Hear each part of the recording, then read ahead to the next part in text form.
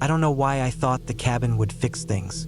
Maybe I just needed to get away from the city, away from work, from people, from everything that made my head feel like it was constantly buzzing. The idea of a week alone in the woods seemed perfect at the time. No phone service, no deadlines, just me and whatever peace I could scrape together from the silence. The cabin belonged to a friend of a friend, an old family place out near the edge of a lake in northern Maine. I had never met the owner, but I was told it hadn't been used in years. A little rustic, they said, but nothing you can't handle. I figured I could handle anything if it meant quiet. It was late September when I arrived, just as the air had started to shift from warm to crisp, and the trees were beginning to turn. The drive out there felt endless. Miles of winding roads, the occasional small town that seemed more deserted than inhabited, and eventually a dirt path that my car groaned its way down. The cabin wasn't much to look at. Weathered wood, a sagging porch, and a roof that looked like it might not last another winter. But it was secluded, no other houses in sight, just a thick wall of trees on three sides and the lake stretching out in front like a sheet of dark glass. I unloaded my things, mostly canned food, water jugs, and an old sleeping bag, and stepped inside. The air was stale, and it smelled faintly of mildew and old smoke. Dust coated almost everything. There was no electricity, just a small wood stove in the corner and a couple of oil lamps on a shelf. The floor creaked with every step, and I could see where mice had chewed their way into old boxes stacked against the walls. It wasn't exactly cozy, but it was quiet. I spent the first day cleaning, sweeping out dead leaves and dirt, scrubbing down the counters, airing out the old mattress on the bed frame. I found an old journal tucked away in one of the drawers, scribbled notes about fishing trips and hunting seasons, the kind of thing you'd expect from someone who used the place as an escape from their own life. It felt strange reading someone else's words, but I didn't think much of it at the time. The first night was uneventful. I lit a fire in the stove, boiled water for some instant noodles, and listened to the sounds of the woods outside. The wind rustled through the trees, and every now and then I could hear the distant splash of water hitting the rocks along the shore. It was peaceful in a way I hadn't felt in years. But by the second day, something felt off. I woke up early to a chill creeping through the walls. It wasn't unusual for temperatures to drop at night, but this felt colder than it should have been. I added more logs to the stove and made coffee, but I couldn't shake the feeling that something was different. I walked down to the lake after breakfast, following a narrow path that cut through the trees.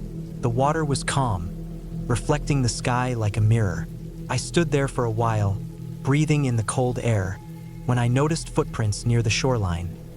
Fresh ones, leading away from the water and disappearing into the woods. I hadn't seen anyone since I arrived. I hadn't heard anyone either. The prints looked too large to be mine and too recent to have been left by someone before me. I told myself it was probably just a hiker or a hunter passing through, though I didn't remember hearing any boats or seeing any signs of people nearby. I tried to brush it off, but the uneasy feeling followed me back to the cabin. I kept glancing over my shoulder as I walked, listening for footsteps that weren't there. When I got back, I checked the doors and windows, even though I knew they had been locked. Nothing was out of place. That night, I couldn't sleep.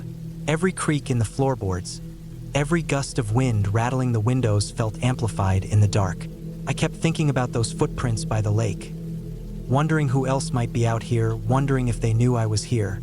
I must have drifted off at some point because I woke to a sound that pulled me straight out of whatever dream I was having.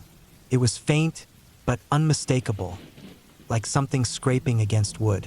I lay there in the dark, staring at the ceiling, trying to convince myself it was just an animal outside.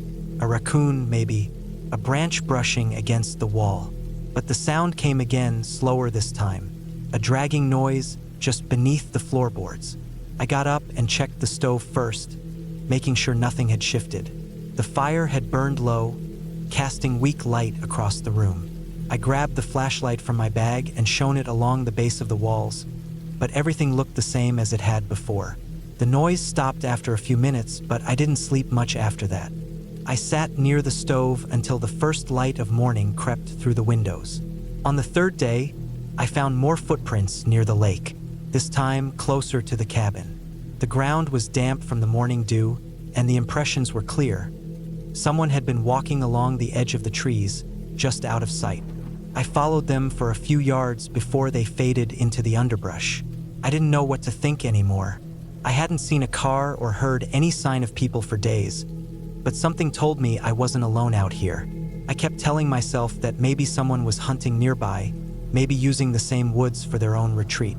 But the unease had turned into something heavier, paranoia creeping in from the edges of my thoughts.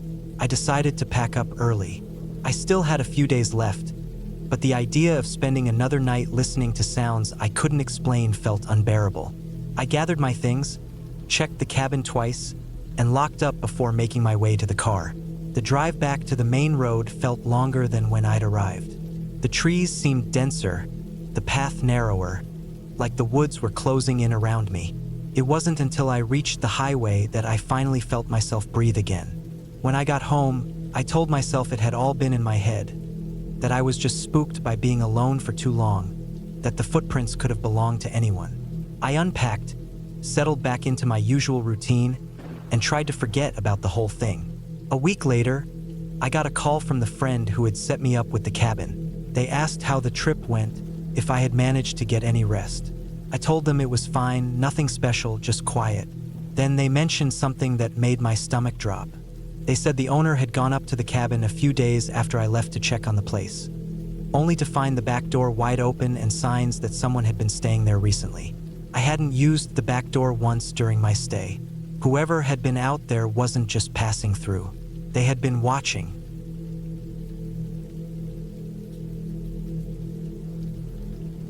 I had been feeling burned out. For years, I worked construction jobs throughout Spokane. Long hours, lots of moving, always under some kind of pressure. By the time I turned 29, my body ached more than it used to, and I was getting tired of city noise. It wasn't just the job either. My phone never stopped ringing.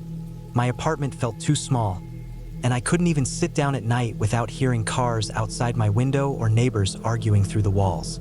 I just needed quiet. Not for a day or two. I wanted to disappear for a week, maybe longer. A friend of mine, more of a friend of a friend, had an old hunting cabin up in the Idaho Panhandle, near the Canadian border. He wasn't using it anymore, said it hadn't been touched in a couple years, but if I didn't mind a bit of cleaning and bringing my own supplies, I could stay as long as I wanted. That was all I needed to hear. I packed up my truck with food, water, a few tools, a couple books, and made the 4-hour drive into the trees. It was mid-September. That part of Idaho was starting to cool down, but it wasn't snowing yet. The leaves were turning yellow, and the air smelled like pine and dirt. I hadn't been out in the woods in a long time. The last hour of the drive was all dirt road, winding through tall trees and climbing gently into the hills. I didn't see another soul after I passed the last gas station. Just a long, narrow road with no signs, no houses, nothing but forest.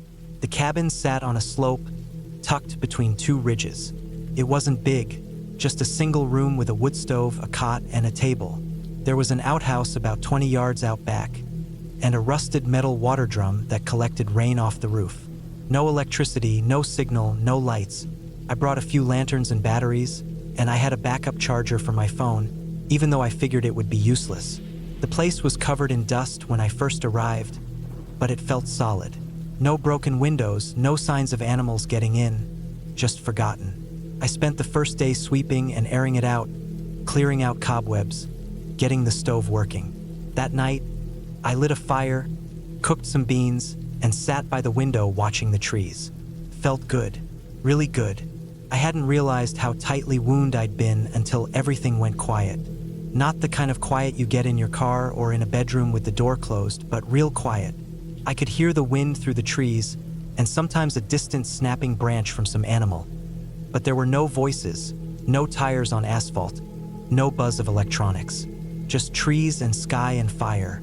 I planned to stay a week, maybe 10 days. Just hike around, chop some wood, write in my journal, clear my head. That first night I slept hard, better than I had in months. No dreams, no waking up to check my phone. Just blackness and the sound of wind outside. On the second morning, I woke up just before sunrise. The cabin was cold, and the air felt damp. I got the fire going again and made some coffee on my little camp stove. I stepped outside, and everything was covered in a light mist. The trees looked ghostly in the fog, but peaceful. I walked around, got a feel for the land, checked out the area around the outhouse. There was a narrow trail heading down the slope, partially overgrown but still visible. It seemed like maybe it had been used regularly at one point. I figured it led to a stream or an old hunting path. I made a mental note to check it out later. By day 4, I was settled in. I had a routine. Wake up early, cook breakfast, read, hike around, then collect wood in the afternoon. Every day I went a little farther. There was a deep gully about a mile west, full of moss and rocks and thick underbrush. I spotted deer prints down there, maybe elk. The air smelled clean, and everything felt still. I didn't see anyone, didn't hear anyone, and I didn't mind. But on the 5th night, something changed. I had just put out my lantern and was lying on the cot, eyes half closed, drifting. I heard something out back. Not an animal. It was a thump. Not loud but sharp, like something heavy landing on the ground. Then a pause. Then another thump. Then nothing. I lay still, listening. I didn't move for maybe 2 minutes. I didn't even blink. Then, just as I was thinking it must have been a branch falling, I heard a third sound. It was quieter but longer, a dragging noise. I got up slowly and went to the window. It faced east, and the sounds were coming from the west, near the outhouse. The moon was out, and I could see the trees clearly, but I didn't see anything moving. I stood there for maybe 15 minutes, eyes darting from tree to tree. Finally, I went back to bed, but I didn't sleep much. The next morning, I checked around the cabin. I didn't see anything strange. No tracks, no signs of digging or disturbance. I figured maybe it was a bear or a moose passing through.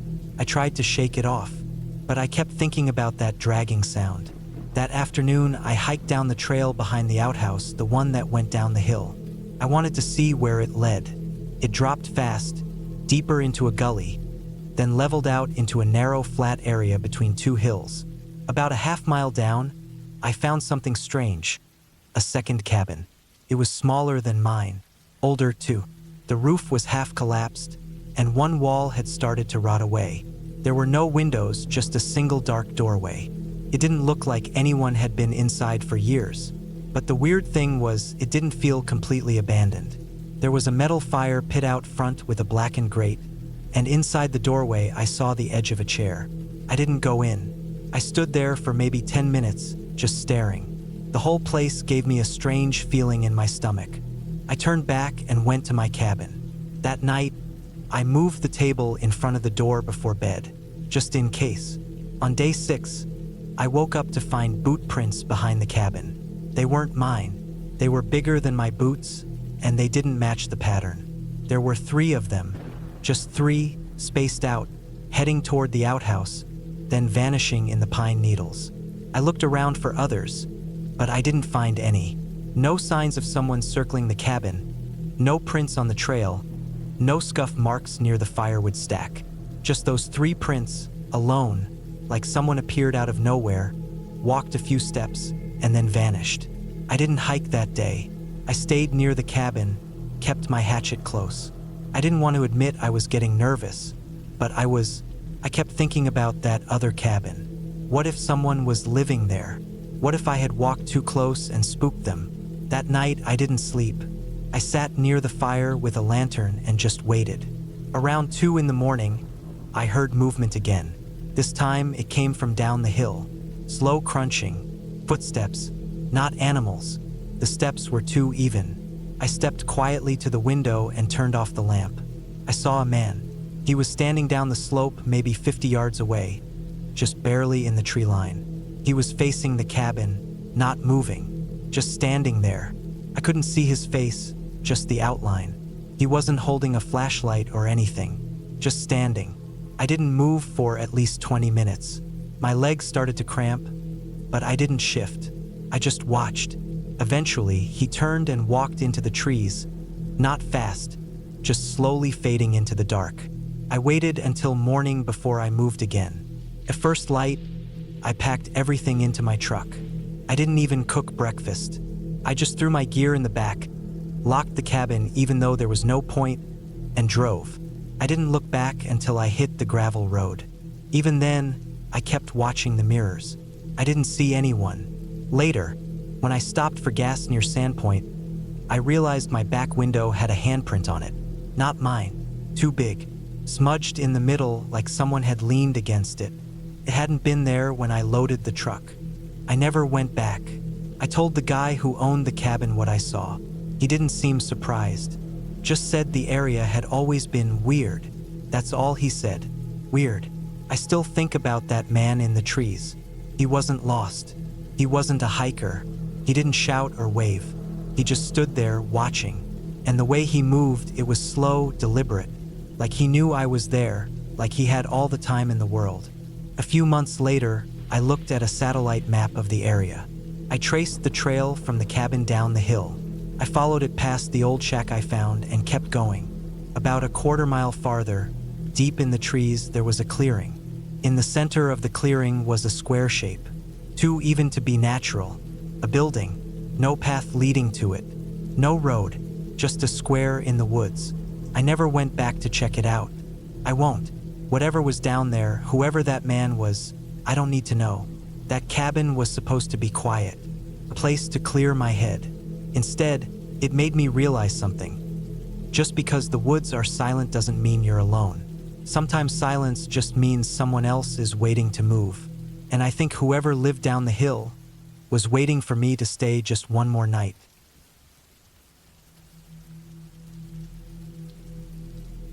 I was 32 when I rented the cabin at Bitter Ridge. It was the winter of 2017, and I had just gone through a drawn-out divorce that left me drained in every possible way. I needed to get out of the city, out of the noise, the pressure, and away from people. I found the cabin through a friend of a friend who knew a guy renting out old logging properties deep in northern Idaho. It was isolated. No cell service, no nearby towns, just a long dirt road that wound through the forest and ended at a small, sloping valley surrounded by thick woods and hills that rolled up into jagged ridgelines. That was exactly what I needed. The place was cheap. Too cheap, probably. $700 for the entire winter, November through March. The guy said it wasn't fancy.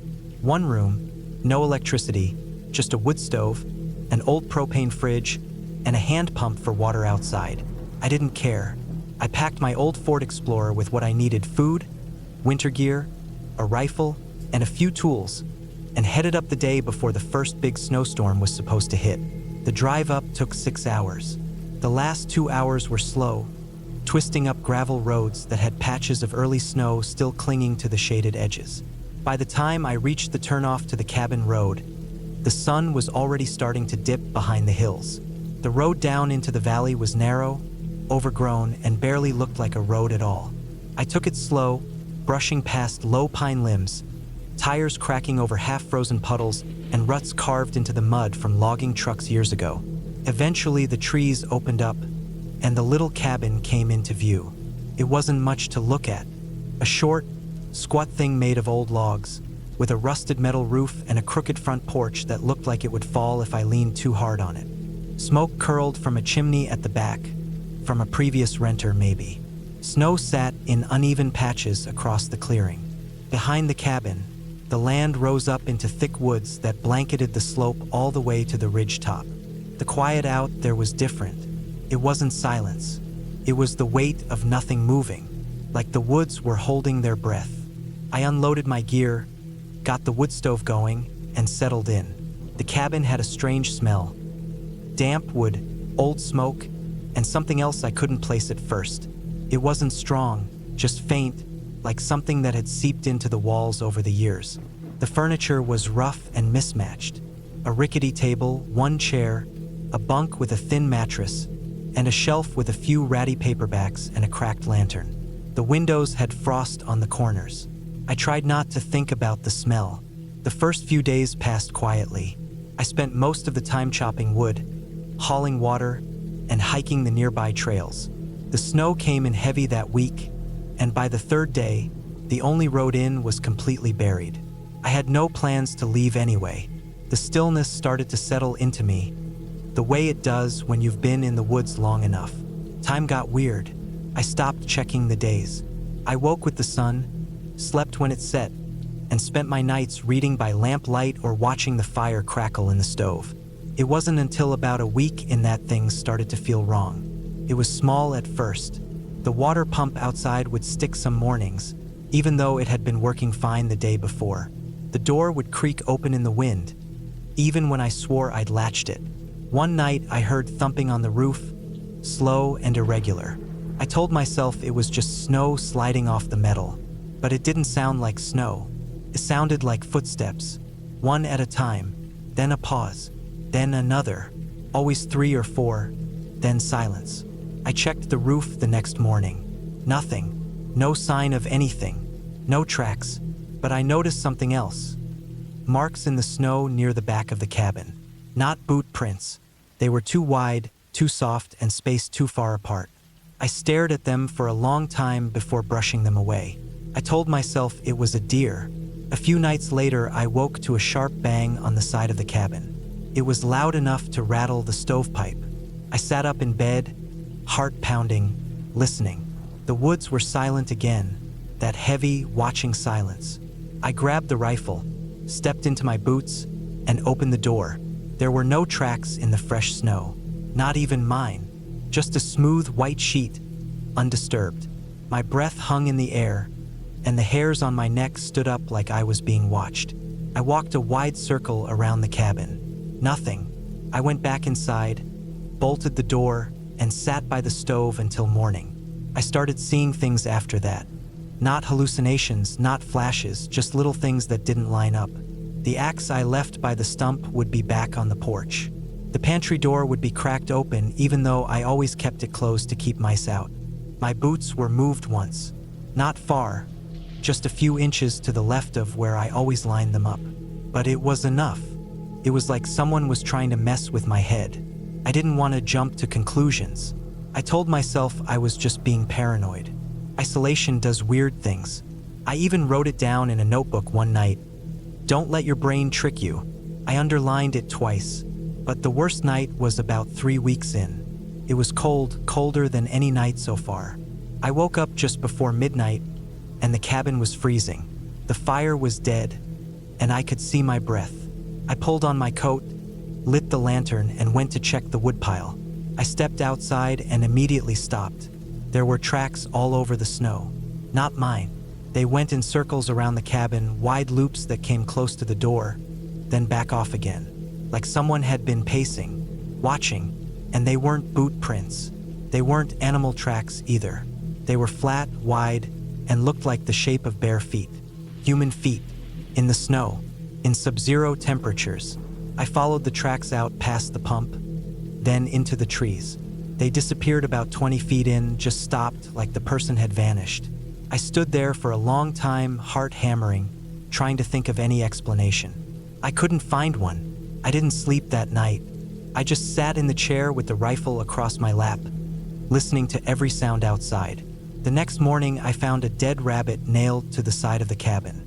Its neck was snapped, and its body was frozen stiff. Whoever or whatever left it had driven a rusted nail through its hind legs into the logs, right beside the window where I slept. I took it down, buried it in the snow, and sat on the porch with the rifle all day, scanning the trees. That night, I heard footsteps again on the roof, slower this time, deliberate. Then the sound of something sliding down the back wall of the cabin. I didn't go outside. I tried to leave the next morning. The road was gone, buried in 6 feet of snow with drifts over 8 feet in places. My Explorer was just a shape under a thick blanket of white. There was no digging it out. I thought about hiking out, but the nearest house was 30 miles away, and I had no GPS or way to call for help. I was stuck, completely cut off. I kept the fire going constantly after that, slept during the day when I could. At night, I stayed up listening. The sounds came back every few nights. Scratching at the walls, soft thumps on the porch, footsteps circling the cabin. I never saw anyone. No lights in the woods, no voices. just the feeling that I wasn't alone. One morning, I found the door to the woodshed open, and every single piece of firewood had been taken out and stacked in a perfect spiral about 50 feet from the cabin, just sitting there in the snow, like someone had spent hours arranging it. I burned it all anyway. I needed it to stay alive. By mid-January, I was a wreck. I'd lost weight. I barely slept. I heard things that might not have been real. Once, I saw a shape moving between the trees, a tall, thin figure, completely still between the trunks. I blinked, and it was gone. But the worst moment came one night in early February. I woke up to find the cabin door open. The cold hit me like a slap. I leapt out of bed, grabbed the rifle, and aimed it at the doorway. Nothing there, just blowing snow and darkness. My boots were gone. I had left them right by the door, and they were just gone. I found them the next day, filled with snow, sitting on the peak of the woodshed roof. No tracks leading up to it. No explanation. That was when I stopped sleeping entirely. I boarded up the windows with whatever I had: chairs, shelves, firewood. I didn't care. I just needed to block out the feeling of eyes watching me from the woods. Then, in the last week of February, the sounds stopped. No footsteps, no scratching, just silence again. The woods felt emptier somehow, like whatever had been out there had finally left. Or worse, was waiting for something. I kept myself alive until the thaw. I rationed my food to the last can. By late March, the snow started to melt. The road slowly reappeared. I took a chance one morning and tried the Explorer. It started. Barely. I loaded what little I had left, didn't look back, and drove straight to the nearest town, almost 40 miles away. I didn't tell anyone what happened. Who would believe?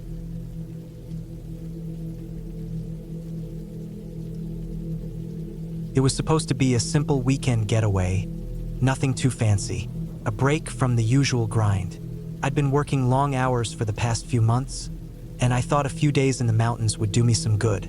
Just me, some fresh air, and a cozy little cabin away from the chaos of everyday life. I rented the cabin from an online site, and the reviews were decent enough. People said it was peaceful, secluded, and had everything you'd need for a quiet retreat. I was looking forward to the peace and quiet. I drove up to the cabin early Friday morning, after a long night of packing and preparing. The drive itself wasn't too bad. A few hours out of the city and then a long stretch of winding, empty roads. The mountains were gorgeous, especially in the spring, with the wildflowers just starting to bloom along the edges of the road. The trees were tall, thick, and gave off a calming presence. The air felt fresh, with the smell of pine and damp earth filling my lungs with every breath. I didn't realize how far out in the woods the cabin actually was until I turned off the main road. The gravel path to the cabin was narrow and uneven. The car jolted every now and then, and I had to slow down to avoid getting stuck in the ruts. There were no signs of civilization for miles. It was quiet, too quiet, except for the chirping of birds and the occasional rustling of wind in the trees. Finally, I reached the cabin. It was small, made of wood with a rustic charm. The porch had a couple of rocking chairs, and the windows were big enough to let in plenty of light. There was an old chimney, though I didn't expect to need a fire. The weather was mild, around the mid-60s, and the air had a cool, crisp bite to it. I unpacked quickly, wanting to get settled and start enjoying the solitude. There was a small kitchen with a gas stove, a fridge, and a table with 4 chairs. The living room had a couch and a few armchairs with throw blankets tossed on them. The back of the cabin had a small hallway leading to the bathroom and a single bedroom. The room itself was simple, with a queen-sized bed, a small dresser, and a window that overlooked the woods. As the sun started to dip behind the trees, I decided to head out and explore. The area around the cabin was beautiful, nothing but dense forest and rolling hills. It was a good spot for a hike, and I wanted to take in the surroundings before nightfall. I grabbed a jacket and a water bottle, locked up the cabin, and set off down a small trail that seemed to lead deeper into the woods. The hike was easy at first. The path was well worn, and I could tell it was used by other hikers, though it didn't seem to be a heavily trafficked area. The trees were tall and thick, their branches stretching high above my head. The leaves crunched beneath my boots as I walked, and there was a steady hum of insects buzzing around.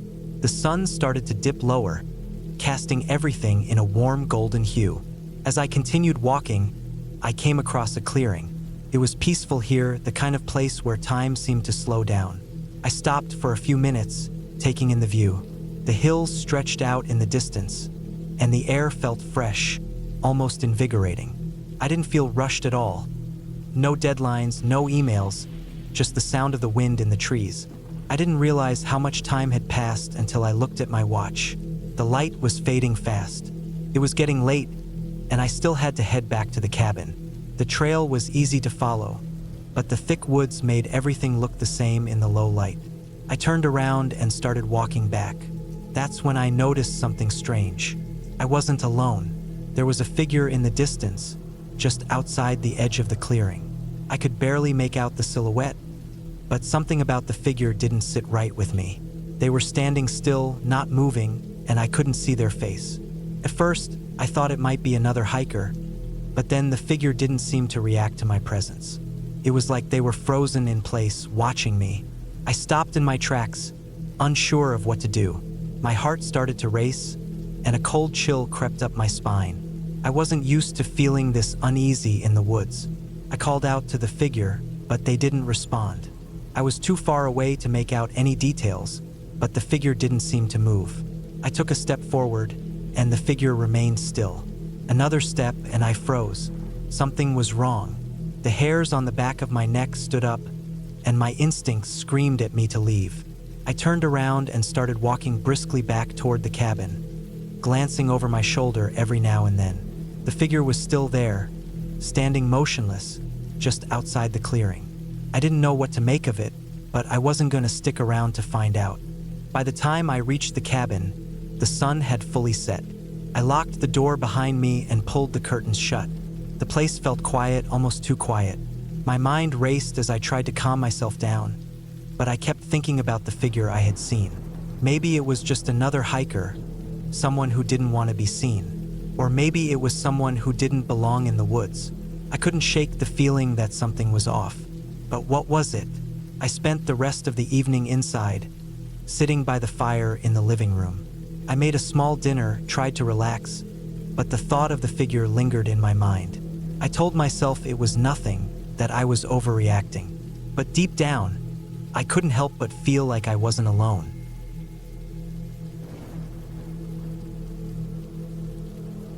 I was 38 when I took a long break from everything and went up to a small rental cabin in the Colorado mountains.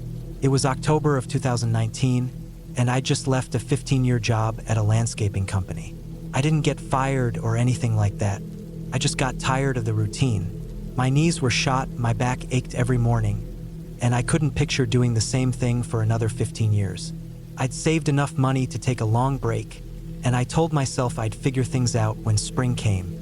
The cabin belonged to an old friend of my uncle's named Ray. He was in his 70s, didn't use it much anymore, and agreed to let me stay up there for a few months if I helped fix the porch steps and cleared out some of the old brush around the back. I was more than happy to do it. The cabin was about 10 miles outside a small town called Walden. The first 4 miles out of town were paved, and then it turned into a winding dirt road for the last 6. There were no neighbors nearby, no stores, no traffic. Just a 2-lane dirt road that disappeared into the woods. That's what I wanted, quiet. I wanted to be left alone for a while. The cabin was old but solid, built from thick logs, with a small kitchen, 1 bedroom, and a wood stove that kept the whole place warm when you fed it properly. I brought up a bunch of groceries from town and filled the cabinets and the little fridge that ran on propane. I also brought my tools, some books, a few notebooks, and a solar-powered radio. There was no cell signal up there, no Wi-Fi either. Once I was up there, I was really alone. The first couple weeks were peaceful. I fixed up the porch steps, like Ray asked, and chopped enough firewood to last months. I got into a routine of waking up early, making coffee, sitting on the porch for an hour, and then working on little projects during the day. Some days I'd hike the trail behind the cabin or fish in a nearby stream. The air was crisp and clean, and I could hear the wind move through the trees.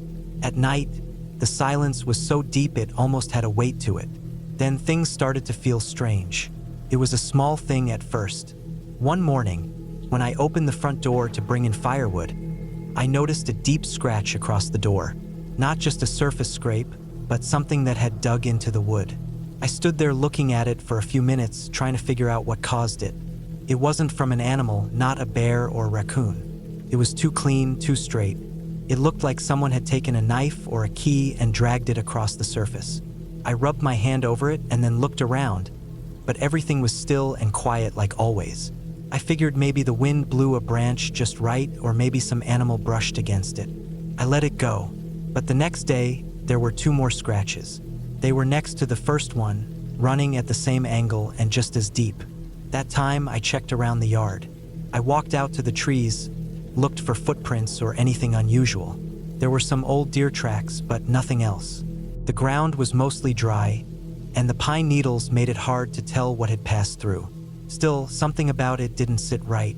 I thought about driving back to town, maybe asking Ray if anyone else ever came up here, but it felt like overreacting. Besides, I didn't want to seem paranoid. I stayed up late that night and watched the front yard from the window, with the porch light on. Nothing moved out there. No sounds. Just cold wind and dark trees. 2 more days passed with no new scratches, and I thought that was the end of it. Then, on the 5th morning, I woke up to find all the firewood I'd stacked by the door was gone. I stood on the porch for a long time just staring at the empty space. The chopped logs I had spent hours stacking neatly, gone. Not a few missing, not fallen over. All of it gone. I checked behind the cabin. Nothing. I walked out along the side trail in case maybe an animal had knocked it all over and dragged pieces off, but I didn't find anything. Not even a stray log. That stack had been close to 20 or 30 pieces of wood. It wasn't something a person could carry off in one trip. It made no sense. That's when I started locking the door at night. Ray's old cabin door had a deadbolt and a steel latch, so I used both. I even dragged the heavy kitchen table in front of the door before going to bed. It made me feel a little safer, but I didn't sleep well. Every small sound outside started waking me up. Branches snapping, the wind shifting. It all felt different now. 2 days later, I found the firewood. It was stacked in the exact same shape and pattern, about 50 yards into the woods. It was just sitting there like someone had picked up each piece and carried them one by one into the trees, making the same neat stack I had originally built. Not scattered, not burned, just moved. I stared at it for a long time. Then I touched one of the logs. It was definitely mine. Same size, same fresh cuts, even the little knots I remembered. That night, I didn't sleep at all. I didn't own a gun, but Ray kept an old hunting rifle in a locked cabinet under the bed. He told me about it before I came up and gave me the key. I took it out that night and leaned it against the table beside my bed. I didn't know how to shoot, but just having it there made me feel less exposed. I thought about packing up and leaving, but I didn't want to run away. Not yet. The next sign came 2 nights later. I had gone to bed around 10. Everything had been quiet that day. No scratches, no missing firewood, no strange feelings. But around 2 in the morning, I woke up because I heard something outside the window. It wasn't loud, just a soft scraping sound, like metal dragging over wood. My heart started racing. I got up slowly, walked to the window, and pulled the curtain just enough to see outside. First, I saw nothing.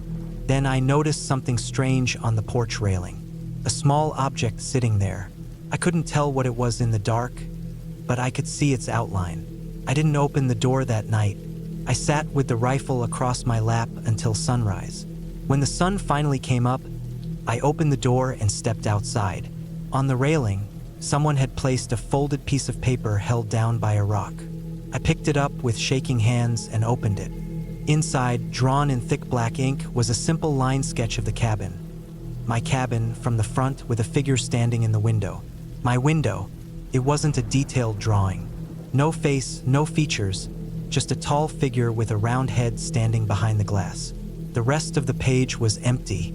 I didn't know what to do. I walked the perimeter again. I checked the woods. I looked for tire tracks on the dirt road. Nothing. It was like someone had come and gone without a sound, left that drawing, and vanished again. I felt like I was being watched every minute I was outside. I started keeping the curtains closed. I stopped going on hikes. I stayed inside most of the time with the rifle in arm's reach. For a while, nothing else happened. A week went by. I started to think maybe it was over, or maybe it was some weird local prank, teenagers or some hunter messing with me. But then came the night when I heard the door handle turn. It was around midnight. I was reading in bed with a flashlight when I heard the soft, slow creak of the metal handle. I froze. My heart thumped so loud I could hear it in my ears. Then it stopped. I grabbed the rifle and crept to the door. The deadbolt was still locked. The latch was still on. But someone had tried it. I knew that sound, that slow, careful testing of a door. Then I heard footsteps. Not loud, just soft movement on the porch boards. I stayed behind the door, holding my breath. The steps moved slowly to the window. Then nothing. No knock, no sound, just silence. I didn't sleep that night either. In the morning, I found new scratches on the door. Not lines this time. A symbol. It looked like a rough circle with an X through it, etched into the wood near the lock. It wasn't a letter. It looked like something personal. A mark, like someone leaving their signature. I packed that day. I filled my truck with everything I could, locked the cabin behind me, and drove straight into town. I went to the sheriff's office and told them everything. They listened, took notes, then sent someone up to the cabin with me. When we got there, the drawing on the railing was gone. So was the scratch. The symbol near the door had been sanded down, like someone had come back and erased the signs. The deputy didn't say much, but he looked uneasy. He told me they'd patrol the road now and then, but unless someone broke in or hurt me, there wasn't much they could do. He asked if I wanted to press charges. I said no because I didn't even know who it was. I left that same day. I never stayed at the cabin again. Ray sold it a few months later. I don't know who bought it. I don't want to know. I moved back to the city and got a new job. Nothing exciting working at a hardware store, but I like it. There are people around, lights, traffic. It's never fully quiet here, and that's exactly how I like it now. I still think about that cabin. Not every day, but often enough. I think about the scratches, the moved firewood, the drawing, that slow turn of the handle. I think about how someone was out there watching me for days or weeks, maybe longer. I don't know what they wanted. Maybe nothing. Maybe just to scare me. Or maybe I left before they got the chance to do what they really wanted. Whatever it was, I'm glad I left when I did. And I never go anywhere alone anymore.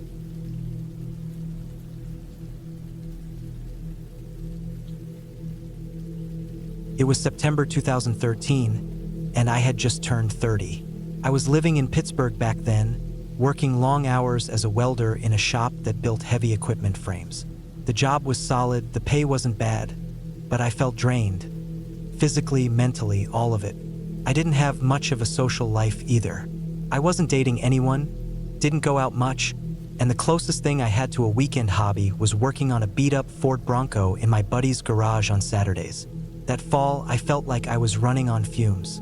I needed a break from the city, from work, from the noise and daily grind.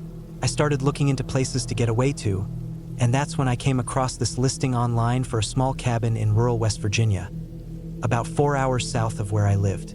It was listed on an old-looking website full of rentals. No reviews, just a handful of photos. The place looked rough but quiet, which is exactly what I was after. No TV, no internet, no cell signal. The ad said it had a well, a wood stove, a generator for minimal power, and about 20 acres of land around it with no neighbors in sight. Sounded perfect. I emailed the owner, a guy named Keith, and he got back to me within a day. He said the cabin was available and gave me simple instructions on how to find the place. I Venmo'd him the money and took the next week off work. I left early Monday morning, packed my truck with the basics, tools, food, water, sleeping bag, a few books, and a pistol I usually kept in a safe. I wasn't paranoid or anything, but going alone into the woods where there was no phone signal made me feel better having it, just in case. By the time I left the highway and hit the gravel roads, I knew I was far from anything. The GPS lost signal about 15 miles in. I followed the directions Keith had emailed, left after the covered bridge, right past the rusted-out silo. then up a narrow path that looked more like a washed-out logging trail than a road. I drove slow, trying not to bottom out my truck. The last stretch to the cabin was almost entirely uphill, snaking through trees that crowded both sides so tightly they slapped against my mirrors. Eventually, I came to a clearing, and there it was. The cabin was small, looked like it had been built sometime in the 1960s. One story, long front porch, dark wood siding that had gone gray with age. The windows were old and cloudy, and the tin roof had streaks of rust down one side. But it was quiet, peaceful in a way I hadn't felt in years. All I could hear was wind through the trees and the occasional bird call. I cut the engine and just sat there for a minute, letting the silence soak in. Inside, the cabin was basic. A single room with a bed in one corner, a wood stove, a small kitchenette, a table, and a single chair. There was a separate little bathroom built into the back with a composting toilet and a sink connected to the well outside. No shower. I didn't mind. I'd brought wipes and planned to rough it. I unloaded the truck, set up the basics, got the generator running long enough to charge my flashlight and radio, then shut it down. I didn't want to waste gas. That first night, I sat on the porch with a can of beans and watched the sun disappear behind the trees. It got dark quick. Really dark, darker than anything you feel in the city. The stars were out, and it was dead quiet. But around 1 a.m, I woke up to something moving outside. I wasn't used to that kind of silence, so even the smallest noise carried. At first, I thought it was an animal. I heard leaves rustling, a branch snap, then silence. I stayed in bed, listening, waiting. After about 20 minutes, it stopped, and I fell back asleep. The next morning, I stepped out and walked the area around the cabin, looking for tracks. I saw a few deer prints near the tree line and what looked like raccoon tracks by the well. Seemed normal enough. I spent the rest of the day splitting wood, hiking around the property, and cooking a small meal over the stove. On the second night, something strange happened. I'd left my folding chair out by the fire pit I made, and when I went to bring it in, it was gone. I thought maybe I was being forgetful, so I walked around the back of the cabin and found it about 20 feet away, folded and leaning against the side wall. I hadn't put it there. I knew I hadn't. I chalked it up to maybe the wind knocking it over and me not remembering I left it there, but deep down, it felt off. I started to feel a little watched. You ever get that sense, like you're not alone even though everything says you are? That feeling got stronger by the hour. Every time I walked away from the cabin, I couldn't shake the thought that someone was watching me from the trees. Not an animal, not some vague fear, someone. On day 3, I hiked up the ridge behind the cabin. There was a small bluff up there that gave me a clear view down into the valley. I brought binoculars and looked around for signs of other people. Campfires, tents, anything, but saw nothing. No smoke, no movement, just endless green. But when I got back, the lock on the cabin door had been messed with. It was one of those simple hasp latches with a padlock. I'd left it unlocked when I left since I had the only key. When I returned, the padlock was hanging open, but the hasp was bent slightly, like someone had tried to pry it. Inside, nothing looked touched. I checked my gear, my food, the pistol. Everything was where I left it. Still, I couldn't ignore it anymore. Something wasn't right. That night, I locked the door, kept the pistol by the bed, and left the lantern burning. I barely slept. I kept hearing faint creaks outside, like footsteps on dry leaves, and the occasional soft knock. Too soft to be from a branch or the wind. By day 4, I was jumpy. I thought about leaving, but something in me wanted to prove it was nothing. I didn't want to scare myself out of a peaceful trip because of a little weirdness. That morning, I walked the perimeter again, this time going deeper into the woods. About 200 yards out, I found something that stopped me cold. There was a tree with deep gouges in it, 3 long slashes about 5 feet up. They looked fresh, but they weren't claw marks. They were straight, like from a blade. Not random either, too evenly spaced, like someone had marked it. I kept walking and found another tree like it, then another. All of them had 3 clean vertical slashes, spaced exactly the same. They formed a rough circle around the cabin. I only saw 4 trees marked, but I got the feeling there were more. I walked fast back to the cabin and stayed there the rest of the day, barely eating. I tried the radio I'd brought, but all I got was static. That night, I kept every light on. Around midnight, I heard footsteps. Real footsteps. Slow, steady. Someone walking in a wide arc around the cabin. They never came close to the windows, just stayed out of sight. I held the pistol and sat by the window, barely breathing. The footsteps stopped around 2 a.m. I didn't sleep. The fifth morning, I opened the door and saw something on the porch. It was a dead rabbit. Cleanly skinned, guts gone, eyes missing. It was laid out on a flat rock with 3 small stones next to it in a neat row. I stared at it for a long time. I didn't touch it. I just closed the door, locked it, and packed my stuff. I made up my mind to leave, but when I went to start the truck, it wouldn't turn over. The battery was dead. I popped the hood and saw the battery cables had been cut clean through. Not chewed, cut. With a blade. I stood there, stomach sinking, looking around me at the trees. I didn't see anyone, but I felt it again. That sharp, heavy feeling of being watched. I went back inside, locked everything, and waited. I had enough food and water for another few days. I told myself I'd hike out if nothing changed, but my legs felt like lead. I didn't want to go into the woods. Not anymore. That night, I didn't sleep at all. Around 1 in the morning, I heard someone try the door handle. Slowly, carefully, then a soft knock. Just once. I didn't move. They didn't try again. I sat there with the pistol in my hand until the sun came up. The 6th day was quiet. No sounds, no knocks, no footsteps. I went outside once to use the toilet and saw that the dead rabbit was gone. The rock was clean, the stones too, like it had never been there. That night, I pushed the table and the chair against the door and sat with my back to the wall, the pistol in my lap. Around 3 a.m., I heard something behind the cabin. Not footsteps this time, digging. A shovel in dirt.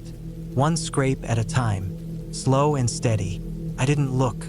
I just sat there, sweating, heart pounding. It went on for maybe an hour, then stopped. When morning came, I went out back with the gun drawn. I found a hole, freshly dug, about 2 feet deep, 4 feet long, maybe 2 feet wide, like a grave. I didn't touch it. I went inside, threw the rest of my food in my backpack, and started walking. I didn't care about the truck anymore. I didn't care about my things. I just walked, fast, through the woods. I followed the logging road until I found a signal, then called 911. A sheriff's deputy met me 2 hours later near a ranger station. I told him what happened. He took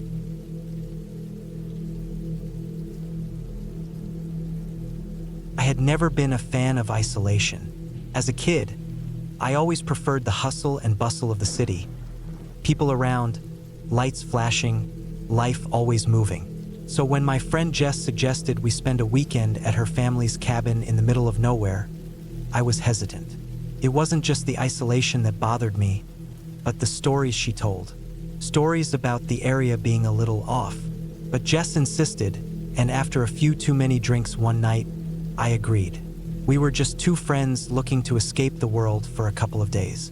The cabin was about 4 hours outside of Portland, deep in the Oregon woods. The kind of place where cell service drops off the moment you get a few miles in. I hadn't really thought about it until I was already there, standing outside the small wooden structure surrounded by thick trees. It looked quaint enough with its weathered logs and sagging roof, but I couldn't shake the feeling that something wasn't quite right. Jess was always telling me how beautiful it was there, how peaceful, but I noticed things that made me uneasy from the moment we arrived. The air was thick with the smell of wet earth, pine, and decay. The ground was damp from a recent rain, and there was a chill in the air, even though it was midsummer. I didn't want to be rude, so I smiled and nodded as she unloaded our bags, but deep down I was already regretting the decision to come. As we settled in, I began to notice more things that didn't sit right. The cabin felt old. Not the charming, rustic kind of old, but the kind that made you feel like it had secrets it wasn't ready to share. The floor creaked with every step, the walls were covered in grime, and the furniture, although functional, looked as though it had been there for decades. Jess didn't seem to mind, though. She was excited, chatting away about how this place was her sanctuary. I tried to focus on her enthusiasm, but my mind kept drifting back to the strange, almost suffocating silence that hung around the cabin. That night, after we ate dinner and had a few drinks, we settled into the living room to relax. The only light came from the fire in the hearth, casting long, flickering shadows on the walls. We had a good time, laughing and talking about old memories, but there was an unease I couldn't shake. Jess seemed to sense my discomfort, giving me a few reassuring smiles as she curled up on the couch. But as the night wore on, I felt more and more like I was being watched, though no one else was around. Around midnight, Jess got up to use the bathroom. I stayed where I was, my eyes glued to the fire. That's when I heard it, a soft scratching sound, like something dragging along the floor outside. I froze. I wasn't sure if it was just the wind or some animal wandering near the cabin, but it didn't sound right. It was too deliberate, too steady. Felt human. I told myself it was nothing, that I was just imagining things. But the scratching continued, growing louder, closer. My heart began to race as I tried to ignore it. I was on edge now, every nerve in my body screaming at me to move, but my body wouldn't obey. Then the scratching stopped.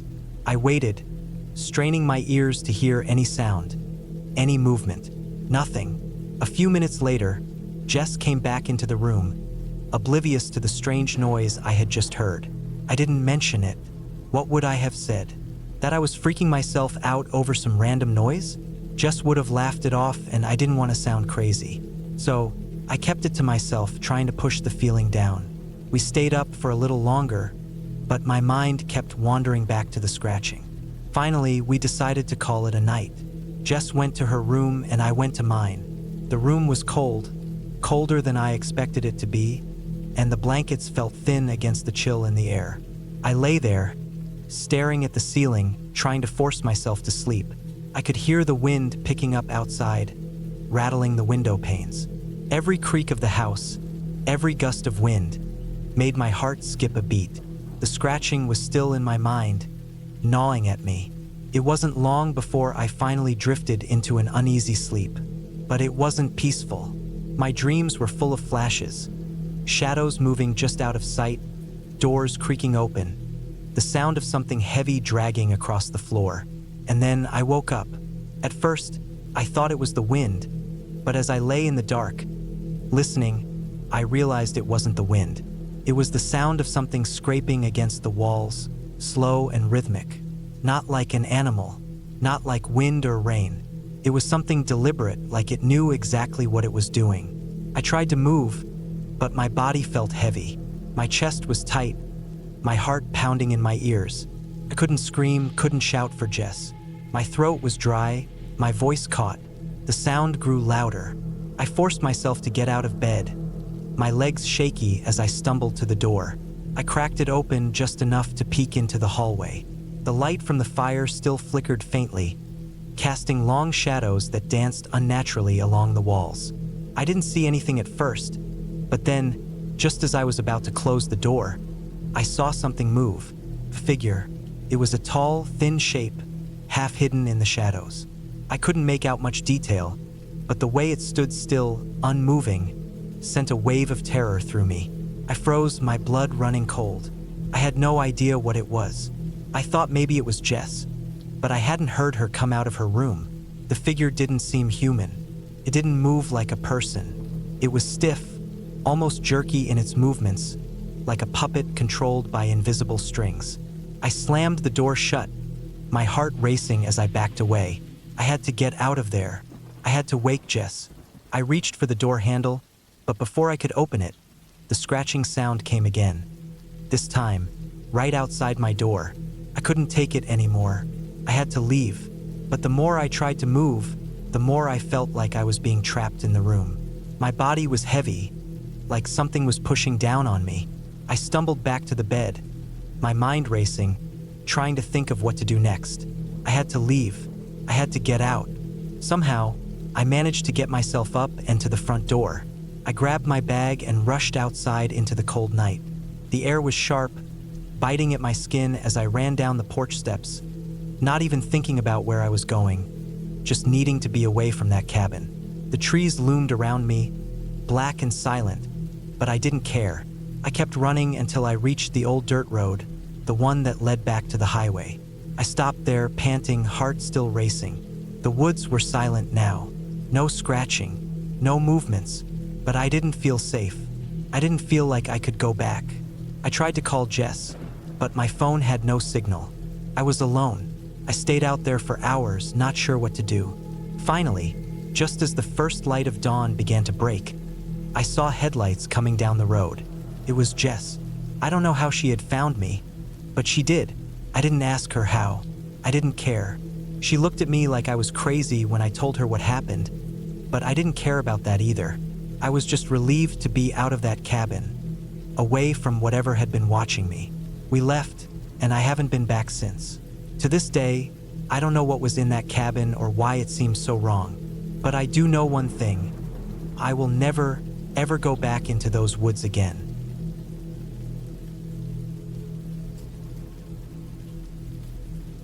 It was late September, the kind of chill in the air that made you pull your jacket just a little tighter around your chest.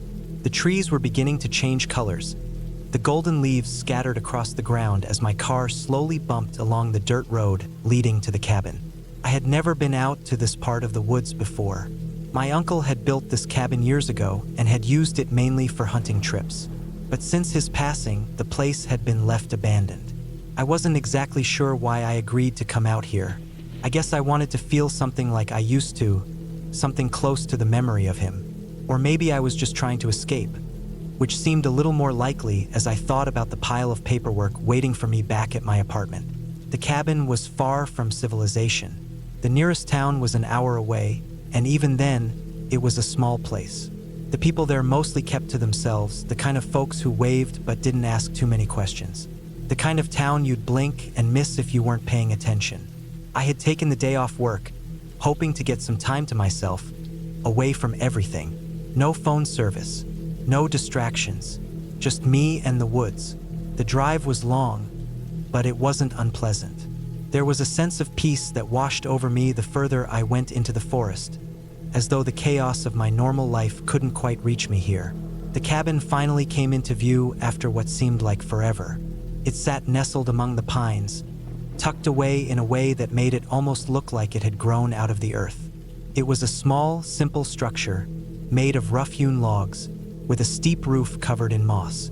The windows were small, and the door hung slightly crooked. The cabin had been neglected for years, but it was still standing. And somehow, despite the wear and tear, it felt like a refuge, like it had a certain protection about it. I parked the car and stepped out. The air was thick with the smell of pine and damp earth, the kind of smell that makes you feel alive. The quiet was heavy, pressing down on me in a way that felt strange at first. It wasn't the usual quiet you get in the city, where there's a low hum in the background. This was the kind of silence that almost felt like it was waiting for something to happen. I shook it off, grabbing my bag from the trunk, and made my way inside. The interior of the cabin was just as I remembered it. The furniture was sparse. A small couch, an old wooden table, and a few chairs scattered around the room. The fireplace was in the corner, the hearth cold and empty. Dust had settled over everything, but it wasn't unbearable. I figured it would take me a few hours to clean it up and get comfortable. I wasn't planning on staying for more than a night or two, just long enough to clear my head. The windows had heavy curtains that blocked out much of the daylight, giving the cabin a dark, cozy feel. It wasn't unpleasant, but there was something unsettling about it. As I set down my bag and looked around, I realized just how alone I was out here. There wasn't a soul for miles. I knew that logically, I was safe, but the isolation pressed against my chest, making my thoughts run in circles. I decided to unpack and settle in. The first thing I did was light a fire in the stove. There was a slight creaking sound as the wood settled in the fireplace.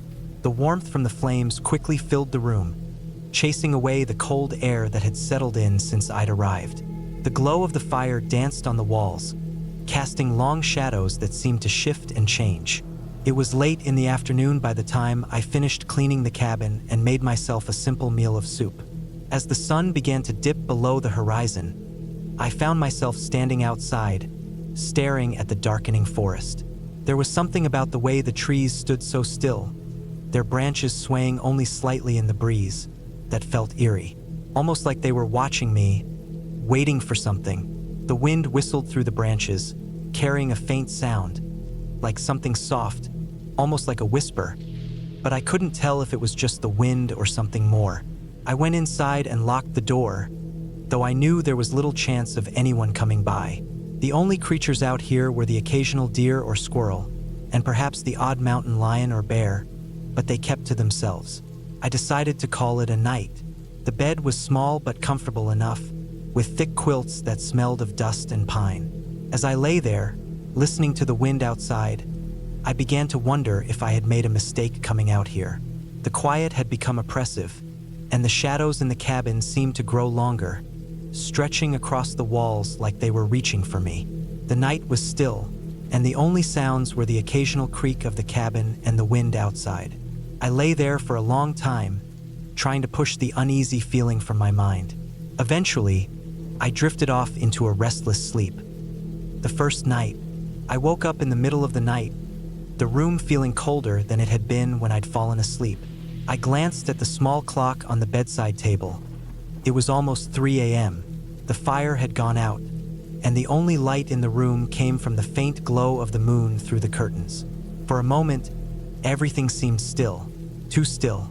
I sat up, the covers falling off of me as I rubbed my eyes. There was a sound, something faint, a scraping noise from somewhere in the cabin. It was as though something was dragging along the floorboards. My heart began to race, and I froze, listening intently. Nothing. The cabin was quiet again. I told myself it was nothing, just the old building settling. But there was a nagging feeling at the back of my mind, a feeling I couldn't shake. I swung my legs over the side of the bed, my bare feet brushing against the cold wooden floor. I stood up and padded softly to the window, pulling back the curtains just enough to peer outside. The moonlight illuminated the trees, their branches swaying in the wind, but there was nothing else. No movement, no signs of anything out of the ordinary. I sighed and pulled the curtains shut, then turned back toward the fire. I was still shaken, but I didn't want to let my mind play tricks on me. I grabbed a few logs from the pile by the door and started another fire, the crackling sound filling the room as the flames began to grow. The warmth from the fire was comforting, but it didn't completely chase away the feeling that something wasn't right. I sat back down on the bed, pulling the covers around me. My eyes were heavy, and despite the uneasy feeling still lurking in my chest, I eventually fell back to sleep. The second day, I woke up the next morning with a headache and a stiff neck from sleeping in an awkward position. The fire had burned down to embers, and the cabin was still dark, the curtains blocking most of the daylight. I stretched, trying to shake off the lingering sense of discomfort from the night before. I decided to go for a walk in the woods. Maybe some fresh air would clear my mind and help me relax. I grabbed my jacket and headed outside, locking the door behind me. The forest was quiet in the early morning, the ground soft under my boots as I made my way down the narrow trail that wound through the trees. The woods here were thick, the pines towering overhead, their trunks covered in thick moss. The air was crisp, and the smell of the earth and the trees was strong. It should have been peaceful, but there was something about the place that kept me on edge. The stillness of the woods seemed unnatural, like they were holding their breath. As I walked deeper into the forest, I noticed something strange. The trail I had been following began to twist and turn in ways I didn't remember. It felt like I was walking in circles, but I wasn't sure. I had been here once before, years ago, but the landscape felt unfamiliar now. The trees seemed to close in around me, the path narrowing until it was barely wide enough for me to pass through. I felt the hairs on the back of my neck stand up as I walked deeper into the woods. The silence was deafening, broken only by the occasional rustle of leaves underfoot. I tried to push the feeling aside, telling myself it was just my imagination, but it didn't help. Every now and then, I would hear a faint crack of a branch, but when I turned, there was nothing there.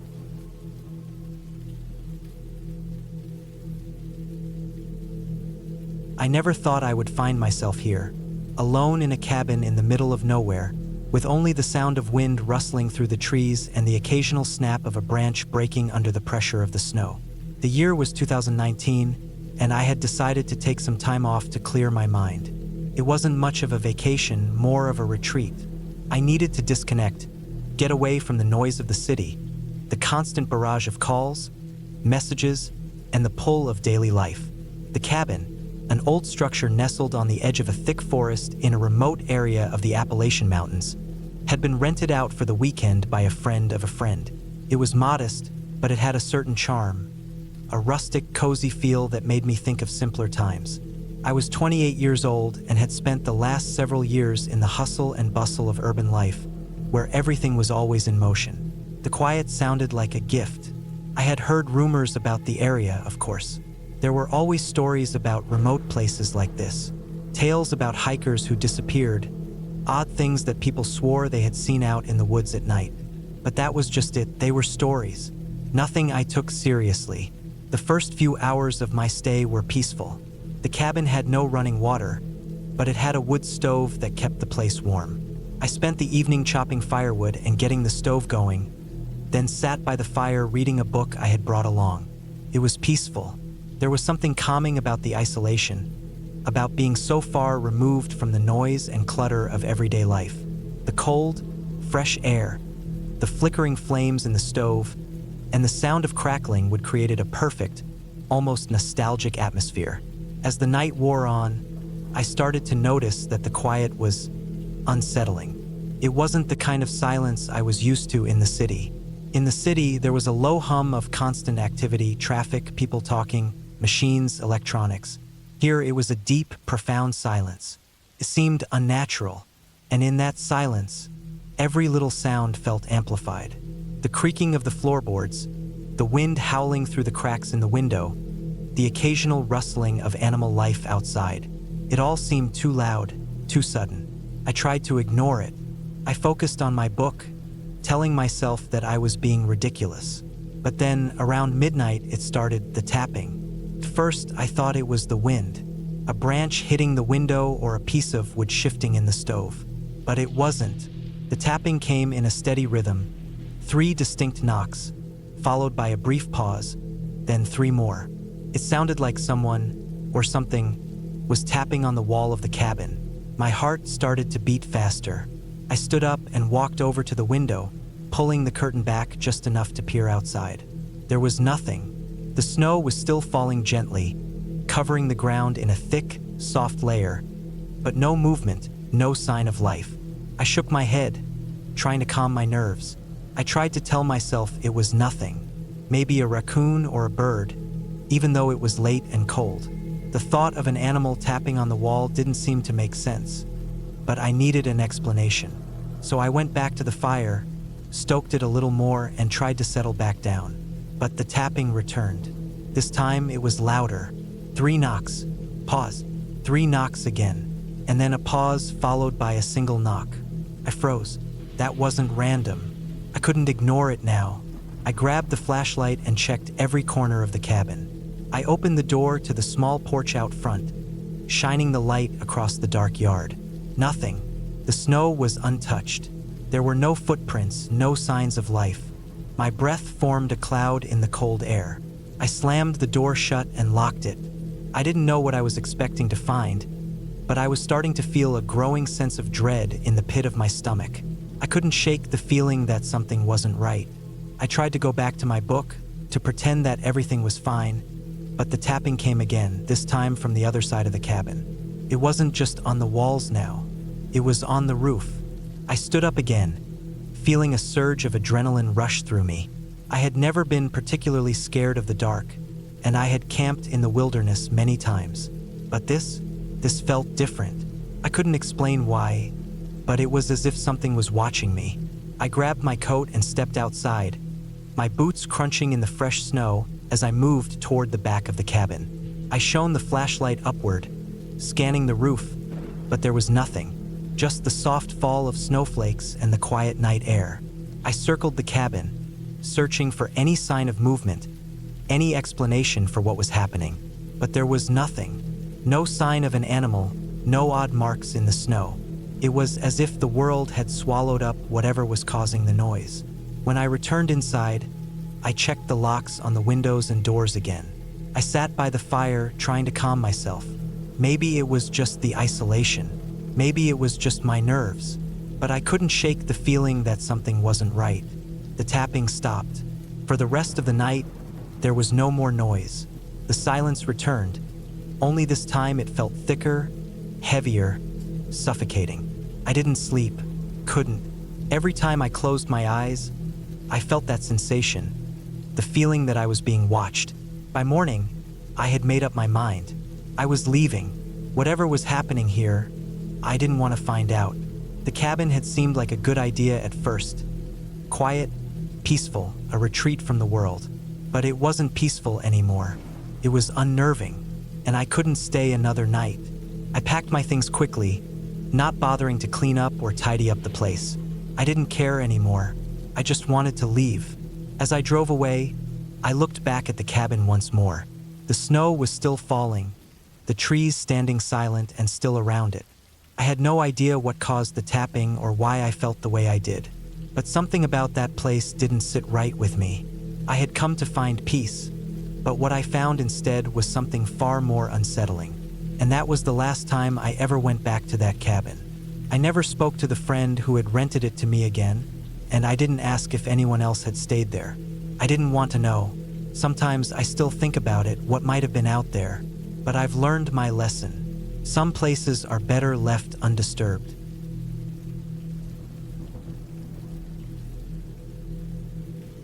It was supposed to be a peaceful weekend. Just me, the cabin, and the quiet of nature. I had been looking forward to it for weeks, needing some time away from the stress of work and life. I rented the place online after a recommendation from a friend, someone who said it was secluded enough for complete silence but not too far to be inconvenient. It was small, but that was perfect. No distractions, no noise, just me in the woods with my thoughts. I arrived at the cabin late in the afternoon, the sun beginning its slow descent behind the hills. The drive had been longer than I expected, and by the time I pulled up, the trees surrounding the cabin had already started to turn dark with shadow. I felt a little odd, but it wasn't anything I couldn't brush off. The air smelled fresh, earthy. Pine trees, damp leaves, a slight hint of moss from the nearby creek. Everything about it was exactly what I needed. The cabin itself was small but cozy, a simple wooden structure with a stone chimney that looked like it had been there for decades. The door creaked as I opened it, and the smell of aged wood filled the air. It wasn't unpleasant, but it was old in a way that felt lived in, even though I was the only one there. I dropped my bags and took a look around. The interior was exactly as it had been described. A single room with a kitchenette, a small table, and a fireplace that looked like it hadn't been used in years. The walls were covered in pine paneling, and the windows were wide, letting in the view of the dense forest around me. The place was dusty, but not dirty. No strange smells or broken furniture. Everything seemed fine, so I settled in. The first few hours were peaceful. I lit a fire in the fireplace, unpacked my things, and settled into the comfortable armchair by the window. I could hear the wind outside, the occasional rustle of leaves, and the distant call of birds. It was soothing, exactly what I wanted. I made a small dinner, and as the night deepened, I turned off the lights and listened to the quiet. Around 10 p.m., I decided to go to bed. I was tired from the drive, and the silence outside made me feel like it was already late into the night. The bed in the corner was simple but comfortable, with a thick quilt draped over it. I pulled it up over me and closed my eyes, but something was off. It wasn't anything I could immediately put my finger on, but it felt like the cabin was too still, too quiet. I lay there, staring up at the dark ceiling, listening to the occasional creak of the wood settling. I thought it was just the natural sounds of an old building, but the silence felt unnatural, like I was waiting for something to happen. I kept reminding myself it was nothing, just my mind playing tricks on me. Then I heard it. At first, it was just a slight noise, a faint tapping against the window. I tried to brush it off as a branch moving in the wind, but then it came again. A little louder this time, more distinct. Tap, tap, tap. I sat up in bed, straining my ears to listen. My heart was beating faster now. I couldn't shake the feeling that something was out there. I got out of bed slowly, careful not to make a sound, and went over to the window. The darkness outside was absolute, like a thick wall of blackness had swallowed up everything. I reached up and gently pulled back the curtains. Nothing. No movement. No figures standing in the yard. The trees were still, their shadows stretching long in the moonlight. I let out a breath I hadn't realized I was holding and turned back toward the bed. It was probably nothing. Maybe just the wind pushing a branch against the window. But then I heard it again. This time it was unmistakable. A sharp, deliberate knock against the glass. My pulse shot up in an instant, and I froze. The tapping continued, steady and rhythmic. I felt a cold sweat starting to bead on my forehead. My body refused to move, and for a few moments, I stood there, staring out into the night, wondering if I should even investigate it further. Maybe it was a person, or maybe some animal was out there, tapping against the window for some unknown reason. But something told me it wasn't just an animal. I backed away from the window slowly, my eyes never leaving the darkness outside. The tap, tap, tap continued for what felt like an eternity, each sound piercing the silence of the cabin like a warning. Then it stopped. The silence returned, heavier now, more oppressive than before. I waited, my breath shallow, my heart still racing. I considered going outside to check, but every instinct in me screamed not to. If it was something out there, I didn't want to find out what it was. I tried to calm myself. Maybe it was just a prank, someone messing with me, trying to scare me. I thought about it for a while, but no matter how much I rationalized, I couldn't shake the feeling that something was very wrong. So, I stayed there, in the dark, in the cold silence of the cabin, until I eventually fell into an uneasy sleep.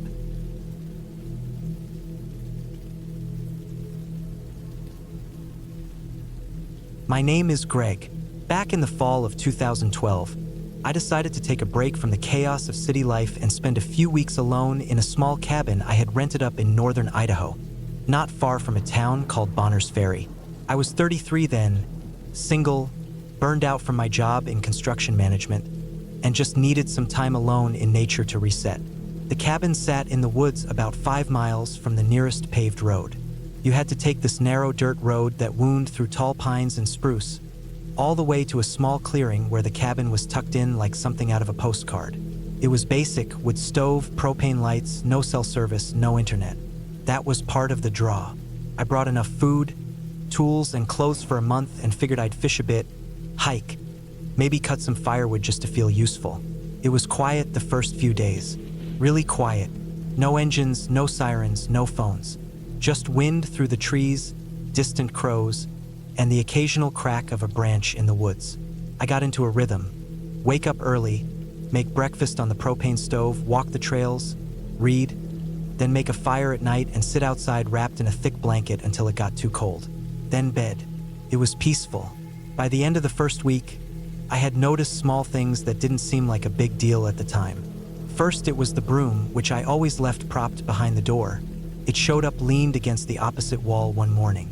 I figured I bumped it by accident. Then a few days later, I noticed the bathroom window was open. It had a latch on the inside that I always kept closed to keep in the heat. Maybe I had forgotten to shut it. I told myself I was getting paranoid and tried to ignore it. One night, maybe the 10th night in, I was lying in bed listening to the wood stove crackle when I heard a sound that pulled me straight out of that relaxed half-sleep. It was a kind of soft scraping, not like an animal in the walls. It was steady, like something being dragged slowly. I sat up, heart racing, and listened hard. For a while, nothing. Then another noise, like a dull thump, muffled, from underneath the floor. It wasn't loud, but it was enough. I got up and stood barefoot on the cold wood floor, trying to pinpoint where the sound had come from.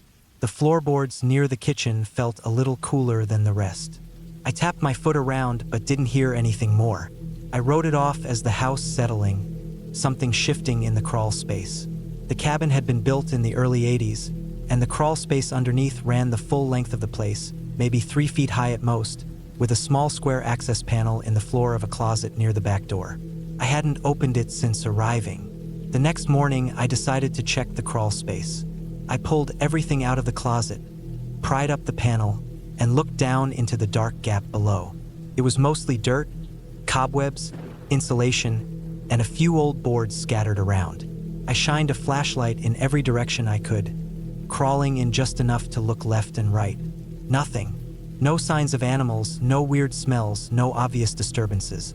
I felt a little embarrassed for spooking myself.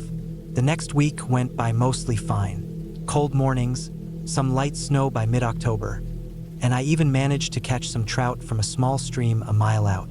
I was getting used to the silence again, but then I started hearing it again, almost always late at night. Not every night, but maybe every second or third night. A soft movement below the floorboards. Once I swore I heard a cough. That couldn't have been my imagination. One morning, I woke up to find my flashlight missing from the kitchen drawer. I turned the place upside down looking for it. I kept all my gear in specific spots, part of my routine. It was gone. 2 days later, I found it under the bathroom sink, fully drained. I hadn't put it there. I hadn't even gone under the sink since I got there. I should have packed up and left right then. I should have taken all that as a big red warning sign and gotten the hell out. But I told myself I was overreacting, and I didn't want to cut the trip short over something that could still be in my head. That pride cost me. It was the third week when everything changed. It was just after 2 a.m. I remember because I checked the old analog clock on the wall right after I heard something bang against the floor from underneath, loud enough to wake me. I sat up instantly, breathing fast, listening. I didn't move, not right away. Then I heard what I can only describe as the quiet, slow sound of someone crawling. I grabbed my hunting knife from the nightstand and crept out of bed. The floor was cold. I moved toward the closet with the crawl space access, heart hammering. When I got there, I listened. Silence. I slowly opened the closet door and crouched. I hesitated for a long minute before pulling up the panel again. I held my breath, knife in one hand, flashlight in the other. I clicked it on.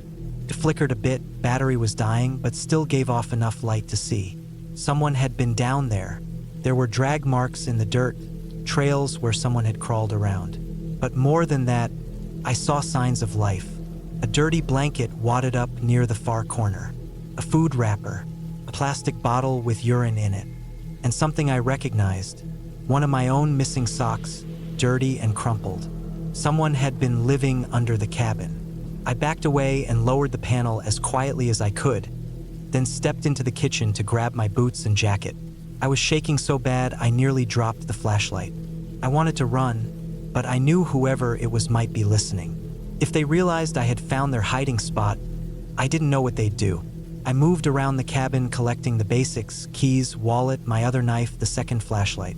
I went to the front door, turned the knob slowly, opened it, creaked. Then I heard movement below the floor again, fast this time, as if someone was scrambling. Then silence. I stepped out and shut the door behind me, fast walked to the truck, and started it. The engine roared to life, way louder than I remembered, and I took off down the narrow dirt path without looking back. I drove until I had cell service, then pulled over and called the sheriff's office. It was still dark, probably close to 4 a.m. at that point. I told them everything, down to the missing flashlight and the noises in the floor. They sent a deputy and met me back at the property an hour later. We didn't go in at first. We waited until daylight. Then 2 deputies went inside while I waited in the truck. They were in there maybe 20 minutes. When they came out, one of them waved me over. They found more than I did. Under the cabin, in the far back corner, they found a sleeping bag, a stack of food wrappers, some clothing, and a small plastic container that had items I hadn't noticed were missing. One of my shirts, a kitchen knife, my backup phone charger. They also found a pair of gloves that weren't mine and a small spiral notebook. The notebook had weird stuff in it, mostly rambling thoughts, as if the person had been alone a long time.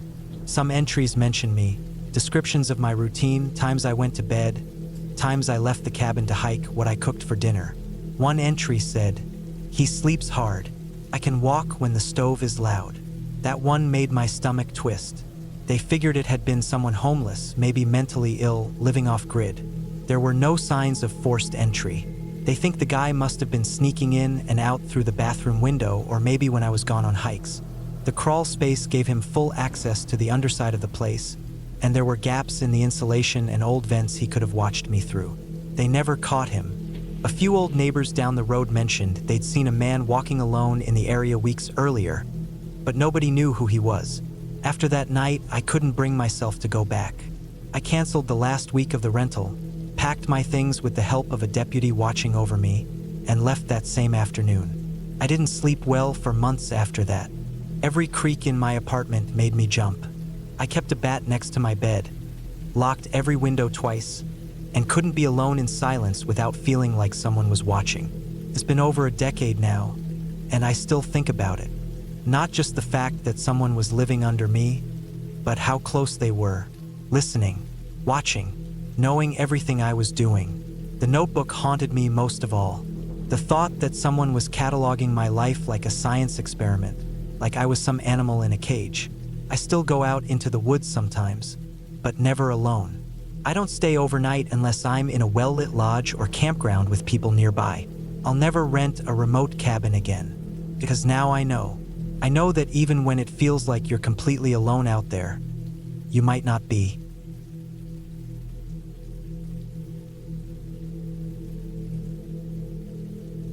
It was supposed to be a peaceful weekend, a break from the chaos of life. No responsibilities, no work, just me and the quiet of the woods, or so I thought. The cabin was tucked away in a small valley in the Appalachian Mountains, about 2 hours outside of Asheville. My name is Luke, I'm 32, and I've never been much of a camper, but the idea of getting away from everything seemed too good to pass up. The place was rented through a small, local company that specialized in secluded cabins. It was supposed to be rustic but charming, with all the amenities, with stove, running water, solar-powered electricity. Basic stuff, but enough to make it feel like a getaway. I wasn't alone on this trip, either. I had invited my buddy Mark along. We'd known each other since college, and we were both in need of a break. I'd been feeling overwhelmed by work lately, and Mark was just coming off a long, drawn-out divorce. Neither of us had much of a plan for the weekend beyond sitting back, relaxing, and maybe doing some hiking. We arrived late on a Friday afternoon. The gravel road that led to the cabin was rough, with potholes large enough to jolt us out of our seats. Mark had driven, and we joked about the cabin being too far off the grid, as the road got more and more narrow. By the time we turned onto the final stretch, there was no more cell phone signal, just trees on either side of the road. The sun was setting, casting long shadows over the woods, making everything look a bit eerie. The cabin itself was a small, one-story structure with a wraparound porch and a steep metal roof. It looked exactly like the pictures, a little weathered but still standing strong. The air was thick with the scent of pine and damp earth. There was something strangely peaceful about it, but I couldn't shake the feeling that we were being watched. I brushed it off as nerves, thinking it was just the isolation making me paranoid. Mark and I unloaded our things, lugging them inside and setting up for the weekend. There was a stack of firewood by the porch and a small outbuilding off to the side that looked like it might have been a storage shed. Inside the cabin, there were 2 small bedrooms, a living area with a fireplace, and a kitchen area with an old but well-maintained stove and refrigerator. The walls were lined with wood paneling, and the furniture was simple but comfortable. I noticed right away that the place felt a little colder than I expected, even though the stove was running. The windows were old, the kind with thick frames and thin glass that didn't do much to keep the chill out. I didn't say anything, but I could feel the air creeping in from somewhere. We spent the evening drinking beers, chatting, and poking at the fire. The warmth of the fire made it feel cozy inside, even though the outside world felt distant. We didn't talk much about anything deep, just light conversation, like we always did when we were together. But as the night wore on, there was a noticeable stillness in the air. The sounds of the forest, the chirps of crickets, the rustling of the trees, seemed muffled, like something was pressing down on the woods. It was unnerving, but I figured it was just the unfamiliarity of the place. When we went to bed, I took the room in the back corner, near the small window that overlooked the forest. The bed was surprisingly comfortable, and I almost drifted off to sleep immediately. But there was something about the darkness that felt heavier than usual, like the night was holding its breath, waiting. I woke up in the middle of the night, drenched in sweat. The room felt colder than it had before, and the silence was so thick that it felt like I was underwater. The fire in the stove had burned down to embers, casting a weak red glow on the walls. I tried to shake off the feeling of unease, telling myself I was just disoriented from waking up. But then I heard it. A soft tapping sound, almost rhythmic, came from the window near my bed. At first, I thought it was an animal, maybe a branch brushing against the glass. But the tapping continued, faster now, more deliberate. It sounded like something, or someone, was trying to get my attention. My heart began to race. I pulled the covers tighter around me, but I couldn't bring myself to look out the window. I just lay there, frozen, waiting for it to stop. The sound stopped after what felt like an eternity, but it left behind an unsettling quiet. I couldn't get back to sleep after that. Every creak of the house, every gust of wind, seemed amplified in the silence. I lay awake for hours, staring at the ceiling, wondering what the hell I was hearing. Morning finally came, and I dragged myself out of bed. I tried to brush off the feeling of dread that had settled over me, telling myself it was just nerves.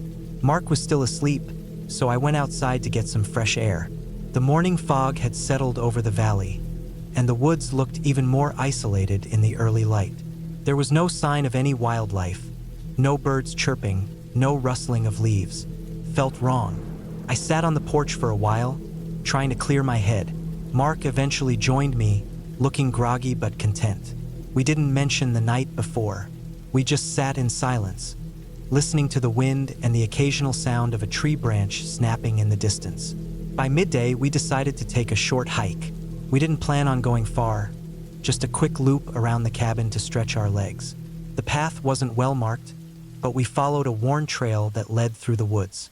As we walked, I kept looking over my shoulder, half expecting to see something or someone lurking behind the trees. I tried to shake off the feeling, telling myself it was just the isolation getting to me. But then we came across something strange. About half a mile from the cabin, the trail led to a small clearing. In the middle of it stood a large, jagged rock formation, partially covered in moss. It wasn't the rock itself that caught my attention, though. It was what was lying next to it. There was a large, rusted metal object, half buried in the dirt. It looked like an old trap, the kind you'd use to catch large animals. But this one was different. It was much larger, with spikes protruding from the sides. The metal was weathered, aged by years of exposure to the elements. My stomach dropped when I saw it. It was out of place, something that didn't belong in the natural world. Mark noticed it too, and we both stood there for a moment, staring at the strange object. Neither of us said anything. I think we both knew something was wrong, but instead of turning back, we kept walking, pushing the unease aside as best we could. The rest of the hike was uneventful. We didn't speak much, and when we got back to the cabin, the air inside felt even colder than before. We decided to start a fire, and that's when things took a turn for the worse. The fire wouldn't catch. We had plenty of wood, and I was sure the kindling was dry, but no matter how much we tried, the flames wouldn't stay. I felt a sense of urgency building in my chest. Something wasn't right. I couldn't explain it, but I could feel it. There was a weight in the air, a pressure that made it hard to breathe.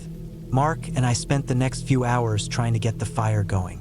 We started using paper, newspaper, anything we could find. But it was no use. The fire wouldn't burn. By late afternoon, I suggested we check the stove. Maybe the vent was blocked or something. We went outside to inspect the chimney. There was nothing blocking it, no buildup or debris. But when we stood there, staring at the chimney, I noticed something strange. A shape, dark and shifting, seemed to move just beyond the trees. It was only a brief flicker, but it was enough to make my blood run cold. I thought I saw someone or something standing in the shadows. Mark didn't see it, but I couldn't shake the feeling that we weren't alone. That night, things got worse. The tapping returned, louder than before, but now it wasn't just on the window. It was coming from all around the cabin, like something was circling us. I heard footsteps on the porch, but when I checked, there was no one there. I don't know how much time passed, but I finally decided to call the rental company. I needed to leave. Mark agreed, although I could tell he didn't fully understand why I was so shaken. We packed up our things and left as quickly as we could. The drive back was silent, neither of us saying much. When we got back to civilization, I tried to forget about what happened, but I couldn't. I still don't know what it was we encountered out there. All I know is that something was wrong, and I'm not sure I'll ever feel safe in the woods again. Looking back now, I'm glad we left. That place wasn't just abandoned by people, it felt abandoned by time itself. Maybe that's what made it so unsettling. There was something in the air, something old, something forgotten, that still lingered in the trees. Whatever it was, I never want to go back.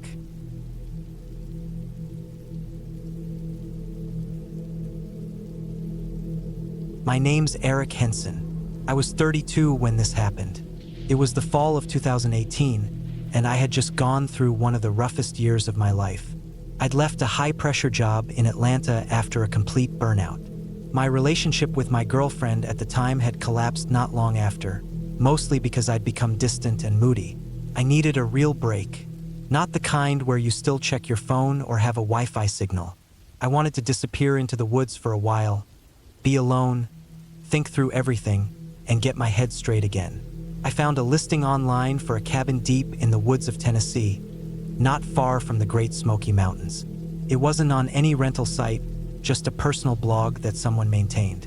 The guy said it was an old family cabin, never modernized much, but in good condition, and he rented it out for cheap because it was off the grid. There was no electricity, no running water, and no cell service. It was exactly what I was looking for. The photos on the blog showed a simple wooden structure surrounded by thick trees and brush. No road visible in any direction, just woods and sky. The owner, a guy named Dennis, emailed me a PDF with instructions: how to get there, where to park, what trails to take, and how to unlock the gate on the trailhead. He mentioned the last half mile had to be walked because the road narrowed too much for a car, but that just made it sound better to me. I told no one where I was going. That was a mistake. I left early on a Tuesday morning, drove 6 hours into Tennessee, and parked in a small gravel lot behind an old metal gate. It looked like it hadn't been opened in years. I unlocked it with the code Dennis gave me, pushed it open, then started walking down the narrow, winding path with my backpack and a large duffel of supplies. I brought enough food for 2 weeks, a propane burner, a hatchet, a bunch of candles, and a solar charger for emergencies. I had a basic flip phone that could hold charge for days, but it wouldn't get any service out there anyway. The walk to the cabin was longer than I expected. The path was overgrown in spots and steep in others. Fallen branches, leaves, even a few small animal bones lined the trail. When I finally saw the cabin, I felt both exhausted and relieved. It was tucked into a small clearing, mostly hidden by trees, like someone dropped it out of the sky and forgot about it. It had a small porch, 1 door, and 2 visible windows. The wood was weathered gray, the roof covered in leaves. It looked exactly like the photos. Inside, it was sparse but clean. A wood stove sat in the corner, a small cot covered in old wool blankets in the other, a table with 2 chairs, some empty shelves, a dusty lantern, and a pile of cut firewood near the door.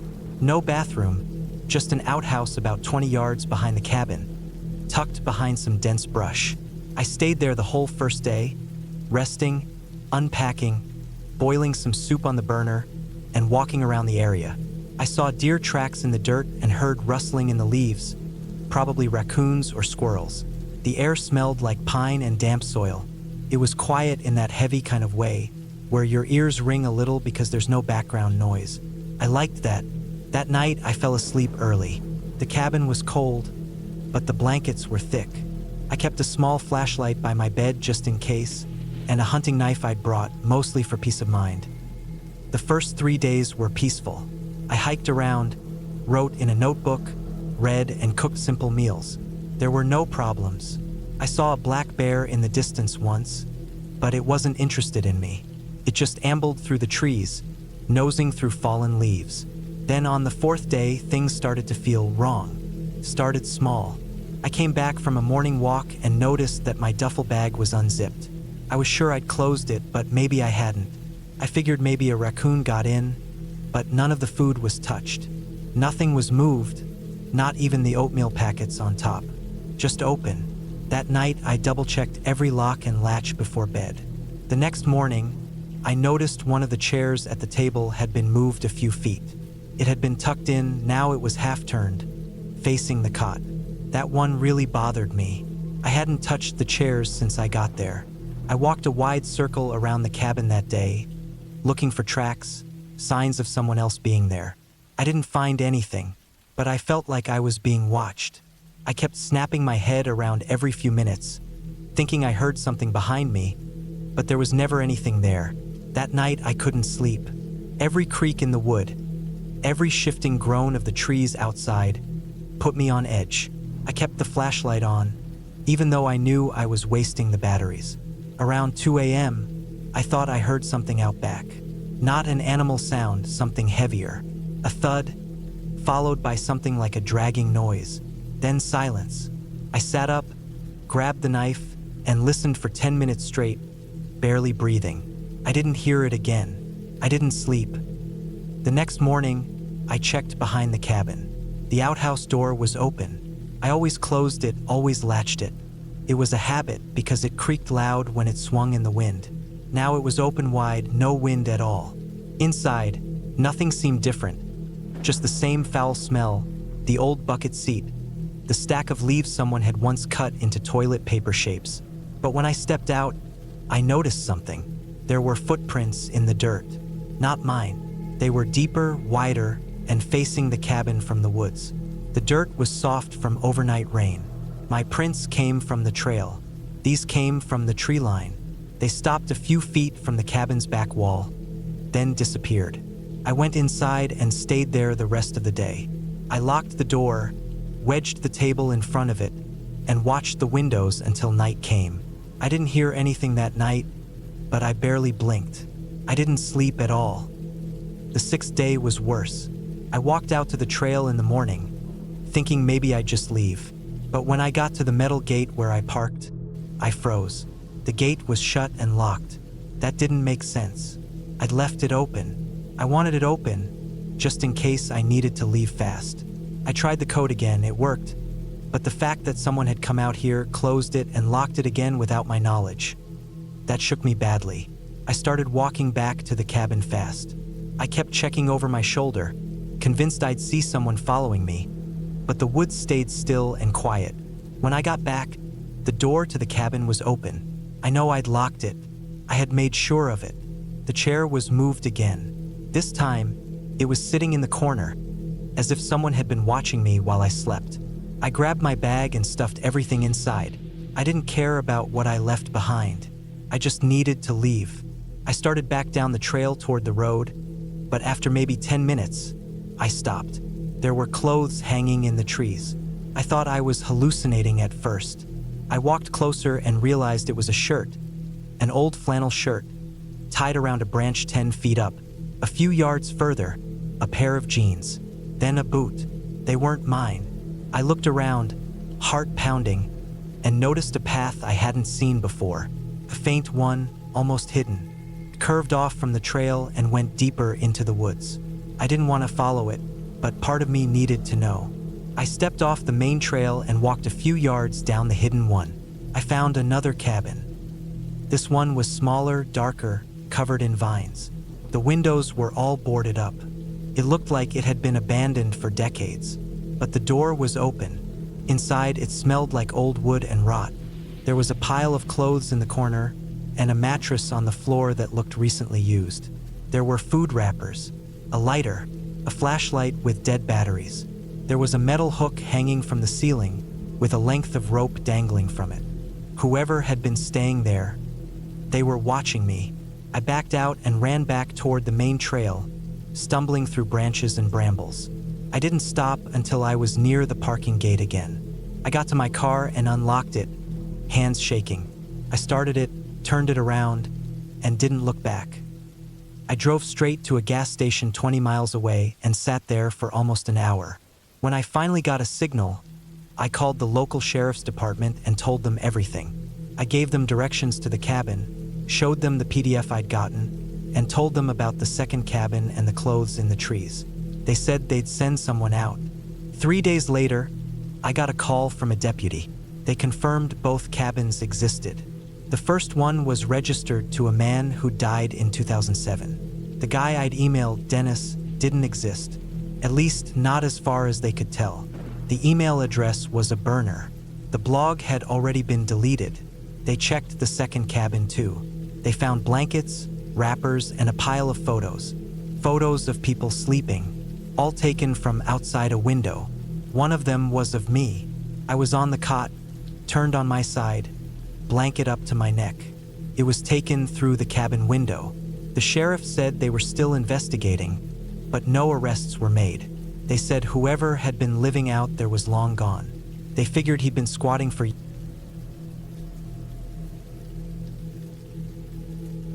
It was the summer of 2018 when I, along with my brother Jake, decided to take a trip to a remote cabin in the woods. We'd always been the type of family that appreciated the outdoors, though we'd never ventured too far off the beaten path. This time was different. We were both in our early 20s, feeling adventurous but not really knowing what we were getting ourselves into. The cabin we rented was located in a forest area up near the Cascade Mountains, not far from a small town called Willard, which had a population of just a few hundred people. We found it online, nestled between trees with no neighbors for miles around. It seemed perfect for a weekend getaway, offering peace, quiet, and a chance to get away from the hustle of everyday life. I remember the drive there, as we wound our way through narrow, unpaved roads, passing through dense forests and over small creeks. The further we drove, the more the feeling of isolation sank in.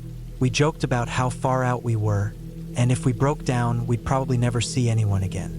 It was a bit unnerving, but that's what made it feel exciting. The cabin itself was small, about the size of a one-bedroom house. It had a stone fireplace in the center of the living room, a small kitchen, and a loft area above where the bed was. The windows were large, offering a beautiful view of the surrounding forest. It wasn't luxury by any means, but it was cozy enough for what we needed. It felt rustic, a bit like something out of a camping magazine, but with enough comfort to make it bearable. We got settled in quickly, bringing in our bags and groceries.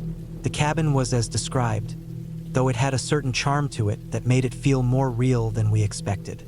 The air smelled fresh, and the forest around us seemed alive with the sounds of birds and rustling leaves. Jake and I were used to nature, but something about this place felt different. That first evening, we built a fire in the stone hearth and cracked open a couple of beers. The sun set quickly behind the trees, casting long shadows over the cabin and the surrounding woods. The sounds of nature quieted down as night settled in. A heavy stillness replaced the usual outdoor hum of crickets and distant animal calls. As the fire burned low, we decided to head to bed, since we had planned on hiking the next day. I took the loft space, while Jake slept on the couch downstairs.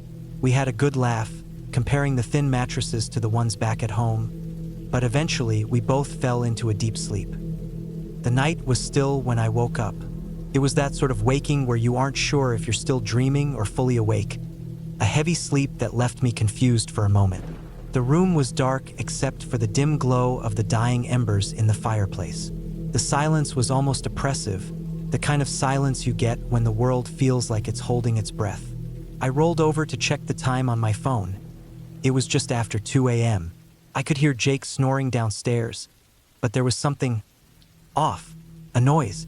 At first, I thought it was just the house settling, maybe a branch brushing against the window or a creak in the floor. But then I heard it again. It was a soft thud, followed by a scraping sound. It came from outside the cabin, somewhere in the direction of the woods. I tried to brush it off, telling myself it was just an animal or maybe a branch falling. But the noise came again, closer this time, and I froze. I listened for a moment, straining to hear over the pounding of my own heart. The scraping continued, followed by another thud, almost like something heavy had been dropped against the side of the cabin. My mind raced with possibilities, but none of them made sense. I climbed out of bed and cautiously made my way downstairs, trying not to make any noise. My breath came out in little puffs, and I felt the cold sweat on my back as I approached the door. I peeked out the window, scanning the dark landscape for anything unusual. The forest was still, the trees unmoving, the shadows long and deep. Just as I was about to step away, I saw something. A figure, just a shadow really, moving along the edge of the cabin. It was too tall to be an animal, and it didn't have the shape of a person either. It moved like it was gliding, shifting in and out of the darkness. I instinctively stepped back, my heart hammering in my chest. I thought I heard the figure move towards the front door, so I quickly locked it, just in case. I don't know what made me do it, but something inside me told me to take precautions. The thuds and scraping continued, moving from one side of the cabin to the other. I don't know how long I stood there, listening, but eventually, the sound stopped. The night returned to its eerie quiet. The figure was gone, or at least I couldn't see it anymore. I slowly let out a breath, not realizing I had been holding it. For the next hour, I couldn't sleep. I lay in bed, listening for any more sounds. The fear kept me awake, but I didn't want to wake Jake. He would probably just tell me I was being paranoid, but I couldn't shake the feeling that something was wrong. The next morning, when the light filtered through the trees and the birds started chirping, I felt a bit better. I convinced myself that it had been an animal or some other natural explanation. I got up and went outside, breathing in the cool morning air. The sun was just rising, casting a soft golden light over everything. It felt peaceful again, and I started to believe it had all been my imagination. Jake and I had breakfast together and talked about going for a hike, which was part of the reason we had come here in the first place. We grabbed our backpacks and headed out into the woods, not saying much, but enjoying the quiet of nature. It was beautiful out there, and I tried to push the events of last night out of my mind. But as we walked deeper into the forest, I noticed something strange. There were no animal tracks on the ground. No signs of life at all, not even insects buzzing around. The trees seemed unnaturally still, and it felt wrong. It was like we were walking through a place that wasn't supposed to be disturbed. We didn't talk about it, but I could tell Jake was feeling the same unease.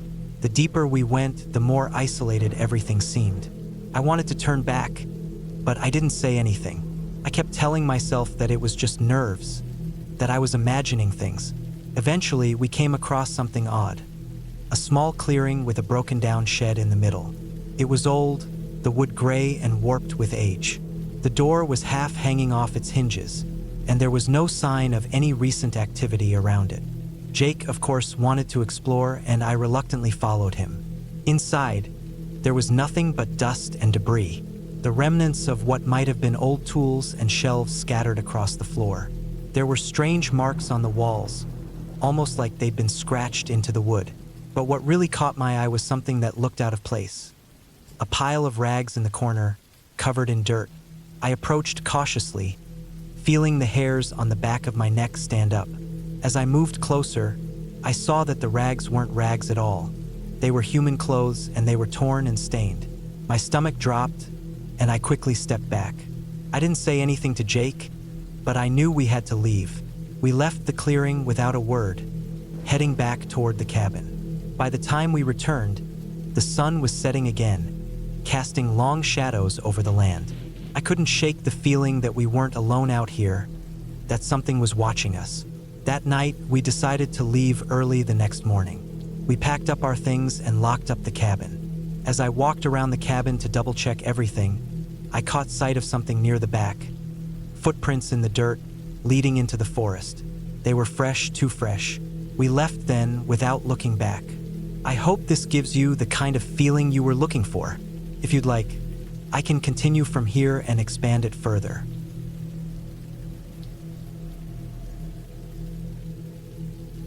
I never thought I'd end up in this situation, but here I was, alone in the middle of nowhere, in a cabin that looked as if it had been forgotten by time.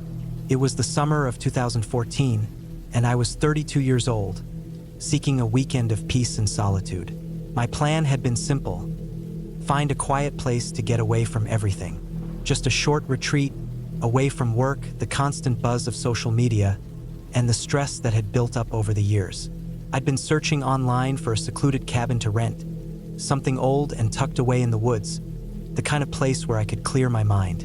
I had found just what I was looking for: an old cabin in the foothills of the Appalachian Mountains, near a small, forgotten town called Cragstone. The cabin, according to the description, was set up for short-term rentals. It wasn't fancy, nothing modern, just a rustic getaway with a wood stove, a couple of bedrooms, and a porch that overlooked a small creek. The first few hours went by smoothly.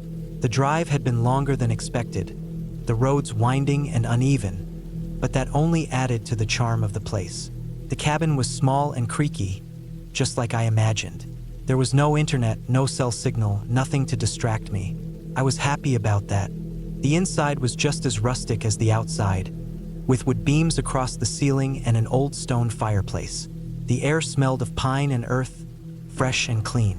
There was a small stack of firewood next to the stove and a few basic supplies in the kitchen. Everything looked well used, as if the cabin had been lived in but not overly maintained. I made myself comfortable, setting down my bag and unpacking a few things. There was a window in the back of the cabin that opened up to a view of the creek. It was peaceful out there, quiet except for the sound of running water and the occasional rustle of trees swaying in the wind. I sat there for a while, just looking at the scenery, feeling the tension in my shoulders slowly start to ease. But things started to feel off as the sun began to set. It wasn't anything specific at first, just a growing unease. The way the shadows stretched longer and darker across the trees, or how the sound of the creek seemed to change, becoming a bit more distant. The feeling of isolation, which had initially been comforting, began to settle into something colder, something that made the hairs on the back of my neck stand up. I decided to get some firewood and build a fire in the stove, hoping that the warmth would help ease my discomfort. As I stepped outside, the air had grown noticeably cooler. The once vibrant forest around the cabin now seemed to be quieter than before.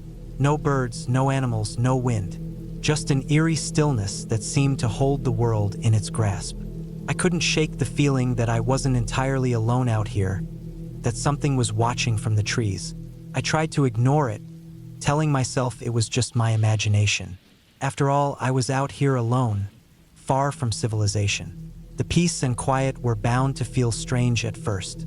But then came the sound. It started as a rustle from the trees, faint at first, like the sound of a small animal moving through the underbrush. But then it grew louder, sharper, almost like footsteps, though it was impossible to tell.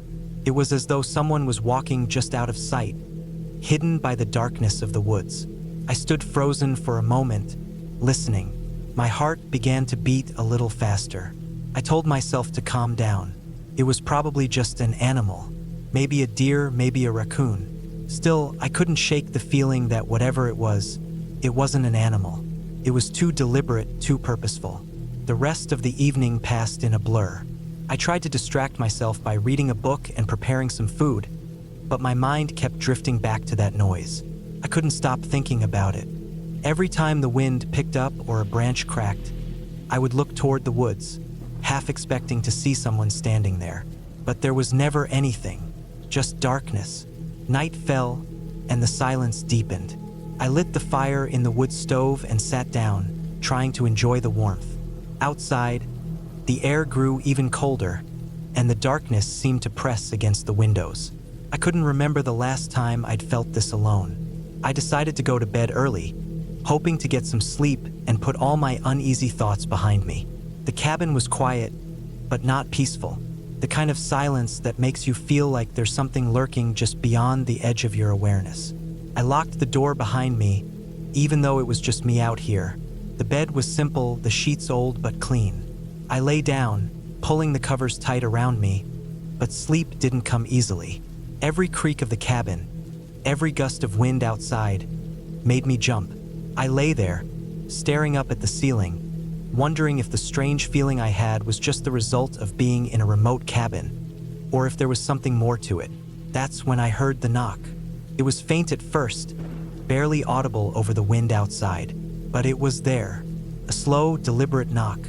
3 knocks, followed by a brief silence. I sat up in bed, heart pounding. The knock didn't come from the door. It sounded like it came from the wall. I couldn't move. My mind raced, trying to come up with an explanation. Maybe it was the wind, I thought. Maybe it was the house settling. But no, the knock was too clear, too intentional. Then it came again. 3 knocks just like before.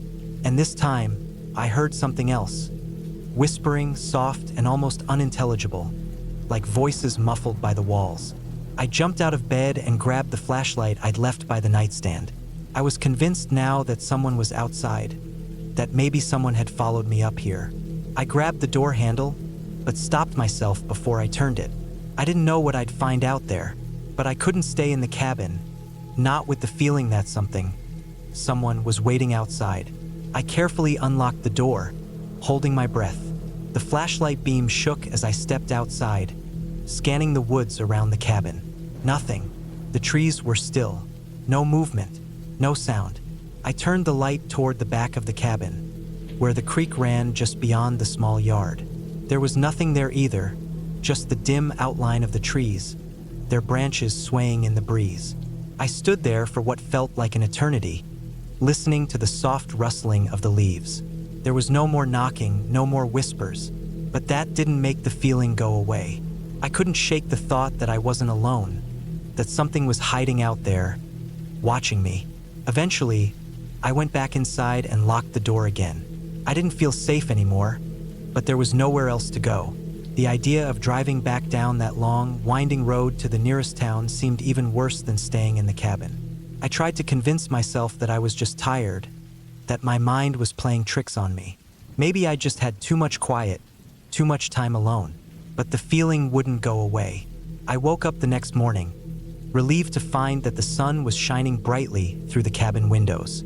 The strange noises from the night before had faded, and the air was fresh, clean, and warm. I thought that maybe I just overreacted. Maybe I had imagined everything. But as I went about my morning routine, making coffee, gathering firewood, I noticed something strange. There were fresh footprints outside the cabin, leading right up to the porch. Big, heavy footprints, muddy, not animal tracks, human tracks. I froze. I thought back to the night before. The knocks, the whispers, the feeling of being watched, and realized I was right. I hadn't imagined it. Something had been out there, but the footprints were the last clue I needed. I knew I wasn't just feeling paranoid. Someone had been here. Panic set in. I grabbed my things, my keys, and my phone, and rushed out of the cabin. I didn't look back. I got in my car and started the engine, determined to get back to civilization. But as I pulled out onto the main road, I noticed something that chilled me to the bone. The footprints weren't just near the cabin. They were everywhere, leading into the woods, trailing alongside the road, disappearing into the trees. I never went back to that cabin. The feeling of being watched never left me, even after I made it back to town. And though I've never talked about it, I know one thing for sure. There are places out there, places that should be left alone. Places where the world doesn't work the way it should. Places like that cabin.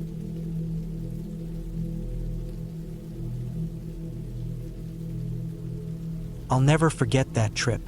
It wasn't supposed to be anything special, just a weekend getaway to unwind and clear my head. It had been a rough few months at work, and I thought a weekend in a remote cabin would be the perfect way to relax.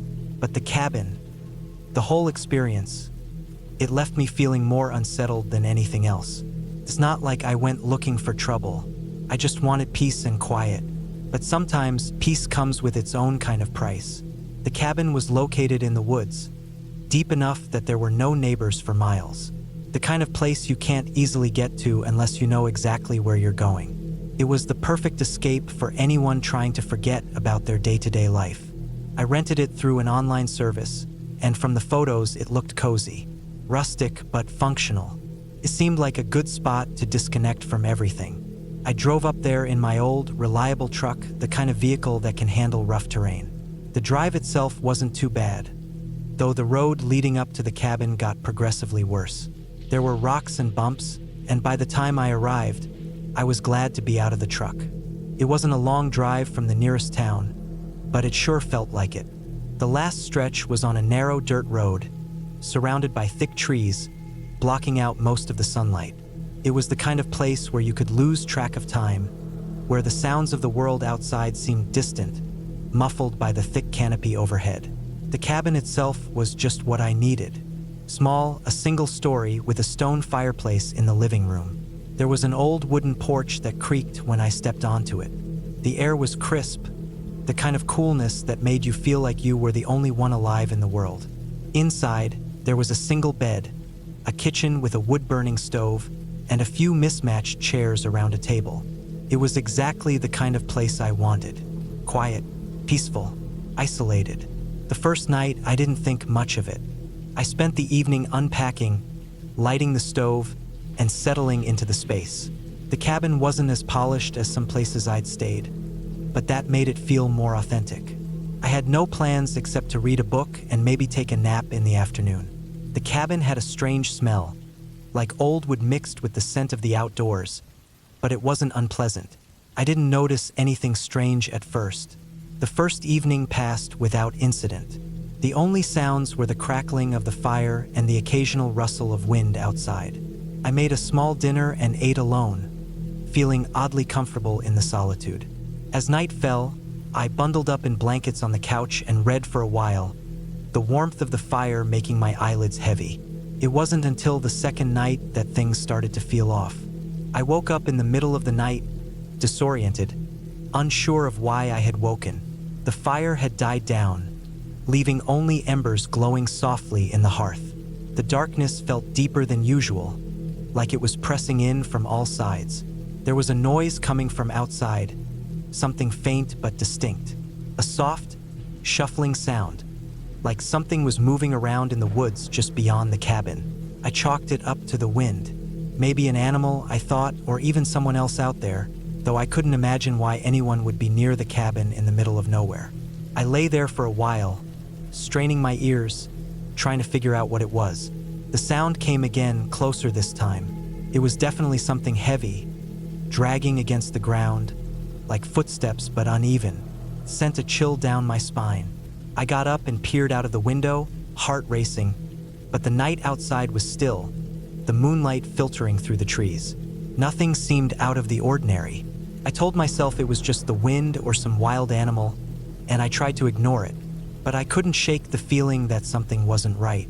I lay back down but didn't sleep well after that. Every little sound seemed amplified in the dead silence of the cabin, and my mind raced, thinking of all sorts of reasons why I felt so uneasy. By morning, I decided I would leave. Something about being there was starting to feel wrong, like there was something I couldn't see, something lurking just outside my view. But as I packed up my things and prepared to head home, something stopped me. I stood by the window, staring into the woods, trying to shake the odd sense of paranoia that had settled in my chest. I had rented the place for the weekend, and the idea of driving all the way back for nothing seemed a waste. I told myself to stop being irrational. I couldn't let a few odd noises ruin what was supposed to be a relaxing weekend. So I stayed another night. That was the mistake. The second night came with more of the same strange noises. It wasn't just outside anymore. It felt like the house itself was groaning, the floorboards creaking with a rhythm that didn't seem natural. I tried to ignore it, but it was hard. Every time I moved, I felt as though something was watching me, as if the walls themselves were waiting for me to make a mistake. I woke up again, but this time the shuffling noises were louder. I could hear them from inside the cabin, moving just outside my door. I got up, my heart racing, but the cabin was still dark. I grabbed a flashlight from my bag and crept toward the front door, shining it outside through the small crack in the door. There was nothing there. The area was completely empty, just the bare trees swaying gently in the breeze. Yet the feeling of being watched didn't go away. I spent the rest of the night awake, listening to the noises. They didn't stop. They moved around the cabin, back and forth, as if someone or something was pacing around outside, waiting for me to make a move. By morning, I was exhausted and on edge. I had to leave. I had to get out of that cabin. But as I packed my things and prepared to head back down the road, I noticed something that made my stomach drop. The door. It wasn't locked. When I had arrived, I made sure to lock the door behind me. I was certain of it. But now, as I looked at it, I realized it had been left ajar. The lock was still intact, but the door itself was slightly open, just enough for someone to slip in unnoticed. I had been so sure I'd locked it, but the thought that I might not have sent a wave of panic through me. I packed up quickly, not even bothering to check the place anymore. I had to get out. The drive down the narrow road felt like an eternity. Every turn in the woods felt wrong, like I was being followed, like the trees themselves were closing in on me. When I finally reached the main road, I didn't stop until I reached the town. I didn't even look back. I thought about that cabin for weeks after, wondering if I had just imagined it all. Maybe it was the isolation getting to me, or the weird sounds of the woods. But every time I closed my eyes, I could still hear that soft, shuffling sound. And I could still see the door, slightly ajar as though someone or something had been inside. I never went back to that cabin, and I never will. I don't know what was out there. Maybe it was just my mind playing tricks on me. But sometimes I wonder if something was really there, something that was watching, something that wanted me to stay.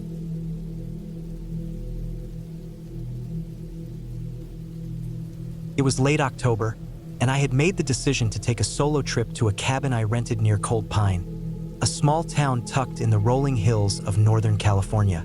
I needed time to unwind, clear my mind after a rough few months. Work had been stressful, and life in general had been weighing on me. So when I found this cabin online, with no neighbors for miles and a perfect view of the surrounding forest, it felt like the ideal place to get away from everything. I needed to be alone, surrounded by nothing but the woods and the crisp fall air. The cabin was old, built in the early 70s, and you could tell it had been through its share of winters and storms. The wood was weathered, the roof a bit too steep for my liking, and there were creaky floorboards in every room. Still, the rustic charm and isolation were exactly what I wanted. The place had no internet, no cell service, just the hum of the wind in the trees and the occasional animal noise. It was peaceful, but there was something unsettling about it, something I couldn't quite put my finger on from the start. I arrived on a Friday afternoon, a little before sunset. The trees were thick with autumn's golden colors, and the air smelled fresh pine, damp earth, and the promise of rain. The cabin was about a mile off the nearest paved road, down a narrow dirt path that wound through a thick forest. When I pulled up, the place looked just as I'd imagined. Isolated, quiet, and secluded. I unpacked my bags, started a small fire in the stone fireplace, and settled in for the night. As the evening went on, I couldn't shake the feeling that something was a bit off. It wasn't a fear I could pinpoint. No creepy noises or shadows moving in the corner of my eyes, but more of a deep, gnawing discomfort. I tried to push it aside, telling myself it was just the silence. I cooked some pasta, ate by the fire, and then decided to go to bed early. The bedroom was simple, a queen-sized bed with a few blankets, an old wooden dresser, and a small window that looked out into the woods. The kind of place you'd expect to find in a cabin like this. No frills, just the basics. I lay there in the dark, staring at the ceiling for a while. The crackling of the fire was still audible from the living room, and every now and then, I could hear the wind picking up outside. That's when I heard it.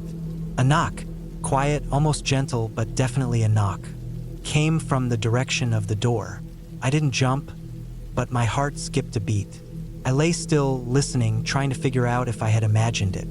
Another knock, this time a bit louder. I got out of bed and walked slowly toward the door, my feet light on the cold wooden floor. My mind raced. Who would be out here? The closest neighbors were miles away, and I hadn't seen another car on the road since I arrived. No one should have been out here. I peeked through the window next to the door, trying to see if anyone was standing outside.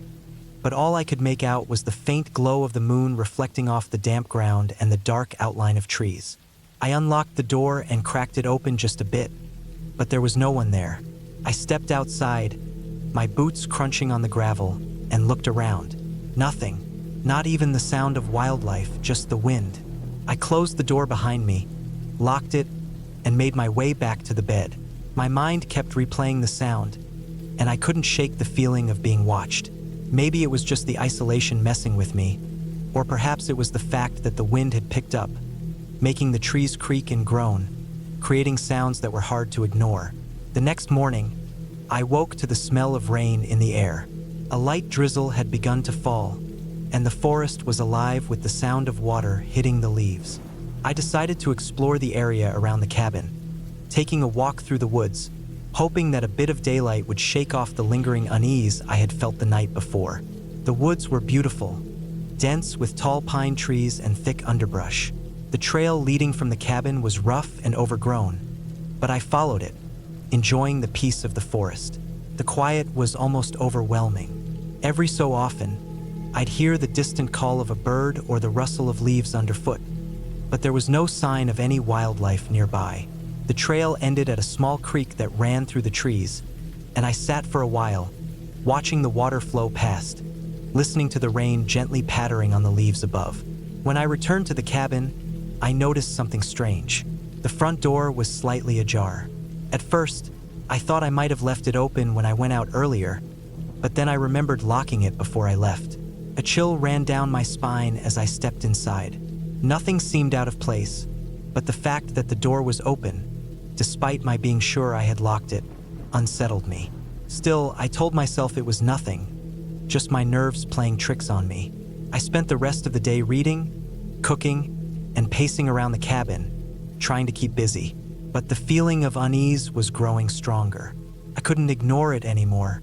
Every creak of the floorboards, every gust of wind against the cabin walls, felt like it was amplified, like I was being surrounded by something I couldn't see. Nightfall came, and I had dinner by the fire, trying to distract myself from the dread building inside me. The wind howled outside, the rain still coming down in sheets, and the cabin creaked and groaned as the storm picked up. I tried to settle in, but I couldn't relax. I thought about the knocks from the night before and the door being ajar. My mind raced, trying to figure out if someone had been out there, but I hadn't seen anyone. There were no footprints in the mud outside, no sign that anyone had been near the cabin at all. I went to bed that night, but sleep didn't come easily. Every little sound made me jump, thunder crashing in the distance, the wind howling, the occasional creak of the cabin's old frame. Then, around 2 a.m., I heard it again. A knock, but this time it was coming from inside the cabin. The sound was faint but unmistakable. I shot upright in bed, my heart pounding. I listened closely, and there it was again. A knock, soft but clear, coming from the kitchen. My mind screamed, trying to reason with what I was hearing. I didn't dare move at first. Was I just imagining things? Was it the storm playing tricks on my mind? The knocking came again.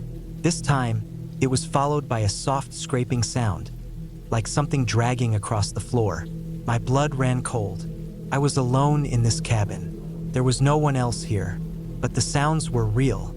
I couldn't deny them. Slowly, I pulled myself out of bed, my bare feet hitting the cold wood floor. I grabbed a flashlight from the nightstand and crept toward the kitchen. The knocking had stopped, but the scraping noise was still there. It was coming from the far corner of the kitchen, near the pantry. The beam of light from my flashlight flickered as I pointed it toward the source of the sound. What I saw made my stomach drop.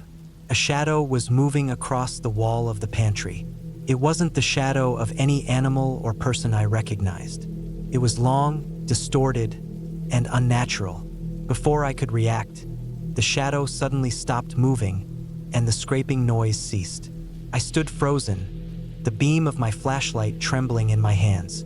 For a long moment, everything was silent. The wind outside had died down, and the rain had stopped, leaving an eerie stillness in the cabin. I didn't know what to do. My mind raced with possibilities, but none of them made sense. I could feel my heart beating in my throat as I stood there, my pulse hammering in my ears. Then, something shifted. The pantry door slowly creaked open. There was no one there. The room was empty, just the pantry, a few cans, and shelves filled with old food. I don't know why, but I stepped forward. My flashlight swung over the shelves, scanning for anything out of place. And then I saw it, a piece of old rope, coiled neatly in the corner. I didn't know why it was there, but my stomach twisted. There was something about it that didn't sit right. I backed away from the pantry, my mind spinning, trying to make sense of it all. That night, I didn't sleep. I stayed awake, watching the shadows in the corners of the cabin, listening for any more sounds. But the rest of the night was quiet. The next morning, the storm had passed, and the sun was shining again. I packed my bags, left the cabin, and never looked back.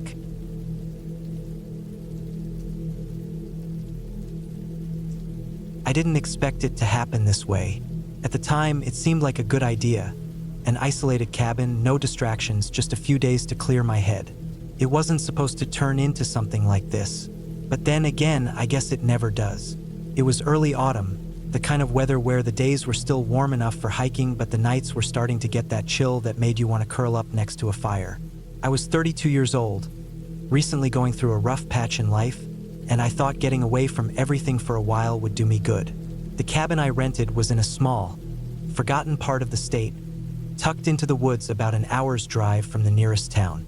I'd never been out this way before, but the place looked perfect online. Rustic, cozy, secluded, just the thing I needed. I'd never been one to shy away from solitude. In fact, I liked it. Being alone in nature didn't scare me, and the peace of being far from others felt like a balm. I was used to hiking and camping by myself, though it had been a while since I'd done either. This time, though, I wanted to do more than just sit around a campfire. I wanted to think, really think, without the usual noise in my head. I arrived at the cabin in the late afternoon, the sun still hanging in the sky but dipping lower. The drive was long, and the last stretch was a dirt road barely wide enough for my car. The forest around me grew thicker the farther I went, the trees closing in like they were guarding the place. I couldn't see much of the cabin from the road until I rounded the last bend. It sat there at the edge of the woods, half hidden by trees, a small, unassuming structure.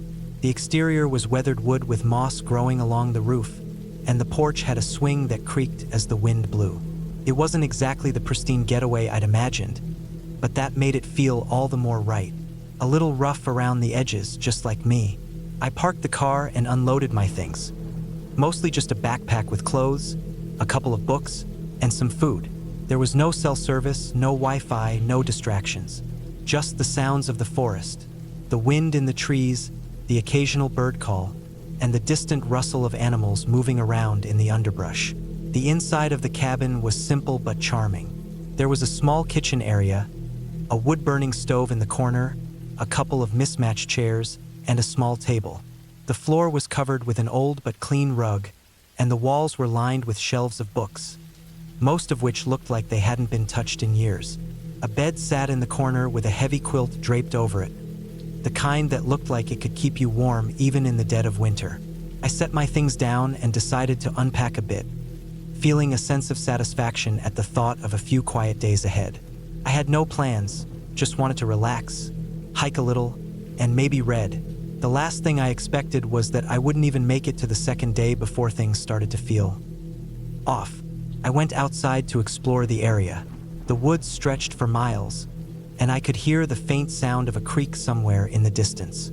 The cabin was perched on a slight rise, overlooking a narrow valley filled with thick trees and tangled brush. It was beautiful, but the silence was overwhelming in a way. The wind had picked up, and the trees swayed with a low groan, like the forest itself was breathing. I spent most of the afternoon wandering, just letting my mind clear.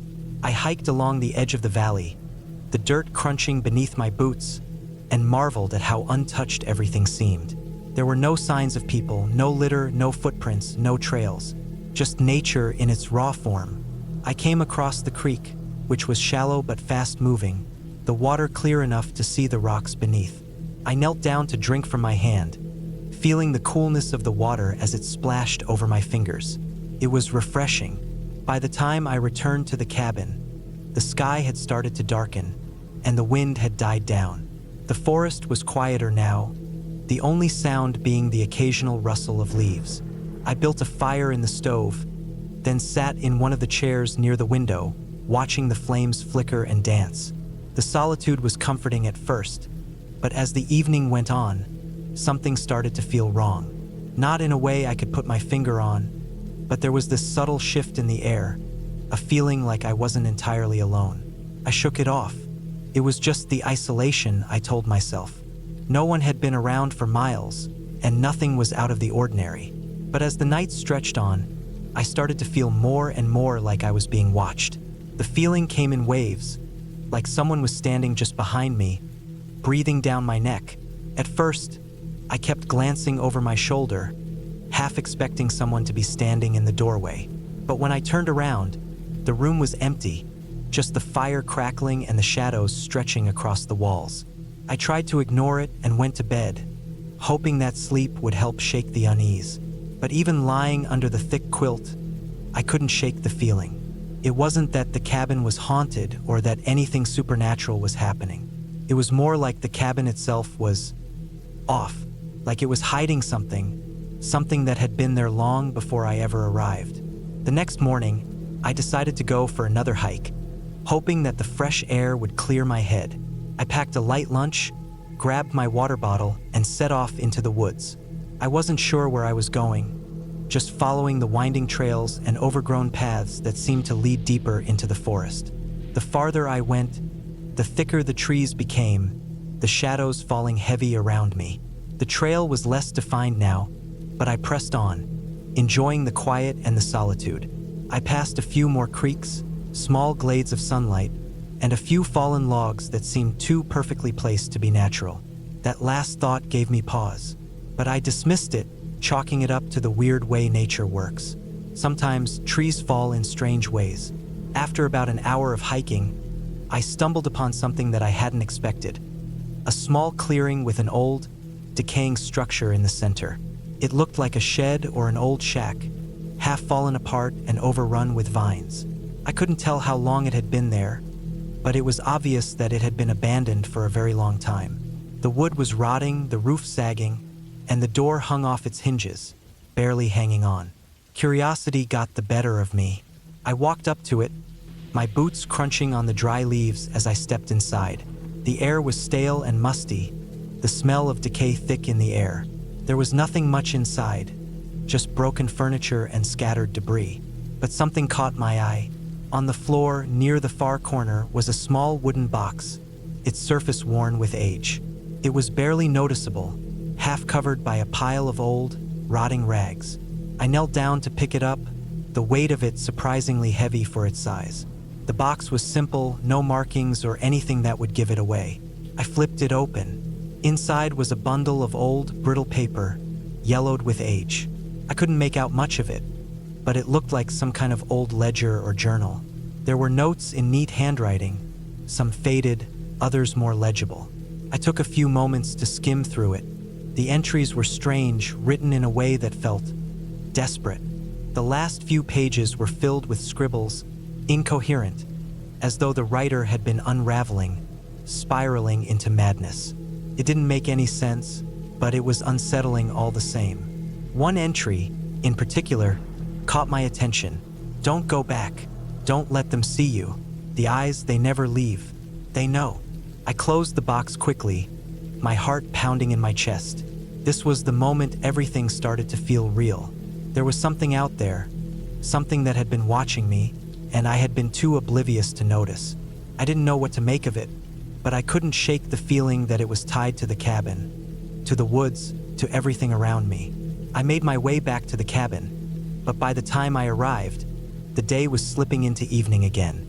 The sky had turned an angry shade of red, and the wind had begun to pick up once more. I tried to shake off the feeling of dread that had settled in my chest, but it clung to me like a shadow. I spent the rest of the night huddled in the cabin, the unease never quite leaving. I didn't sleep much. The next morning, I packed up my things. I wasn't staying another night. Whatever was out there, whatever had happened in those woods, was not something I wanted to be around anymore. I didn't know who had left that box in that old shack, or what had happened to them, but I wasn't willing to find out. I left the cabin and made my way back down the winding dirt road, my heart finally starting to slow as I drove further away from the woods. The further I went, the less the feeling of being watched seemed to hang over me. By the time I reached the main road, I felt like I could finally breathe again. When I made it back to civilization, I didn't tell anyone about the box or the journal. Maybe it was just some old person's ramblings, but something about it didn't sit right with me. I didn't go back to that part of the state again, and I didn't even consider renting another cabin in the woods for a long time. Sometimes, when I think about that cabin, I still feel a shiver run down my spine. It wasn't the isolation that got to me. It wasn't the strange feelings or the unnerving journal. It was the sense that there was something I wasn't supposed to see, something I wasn't supposed to know. And I wonder if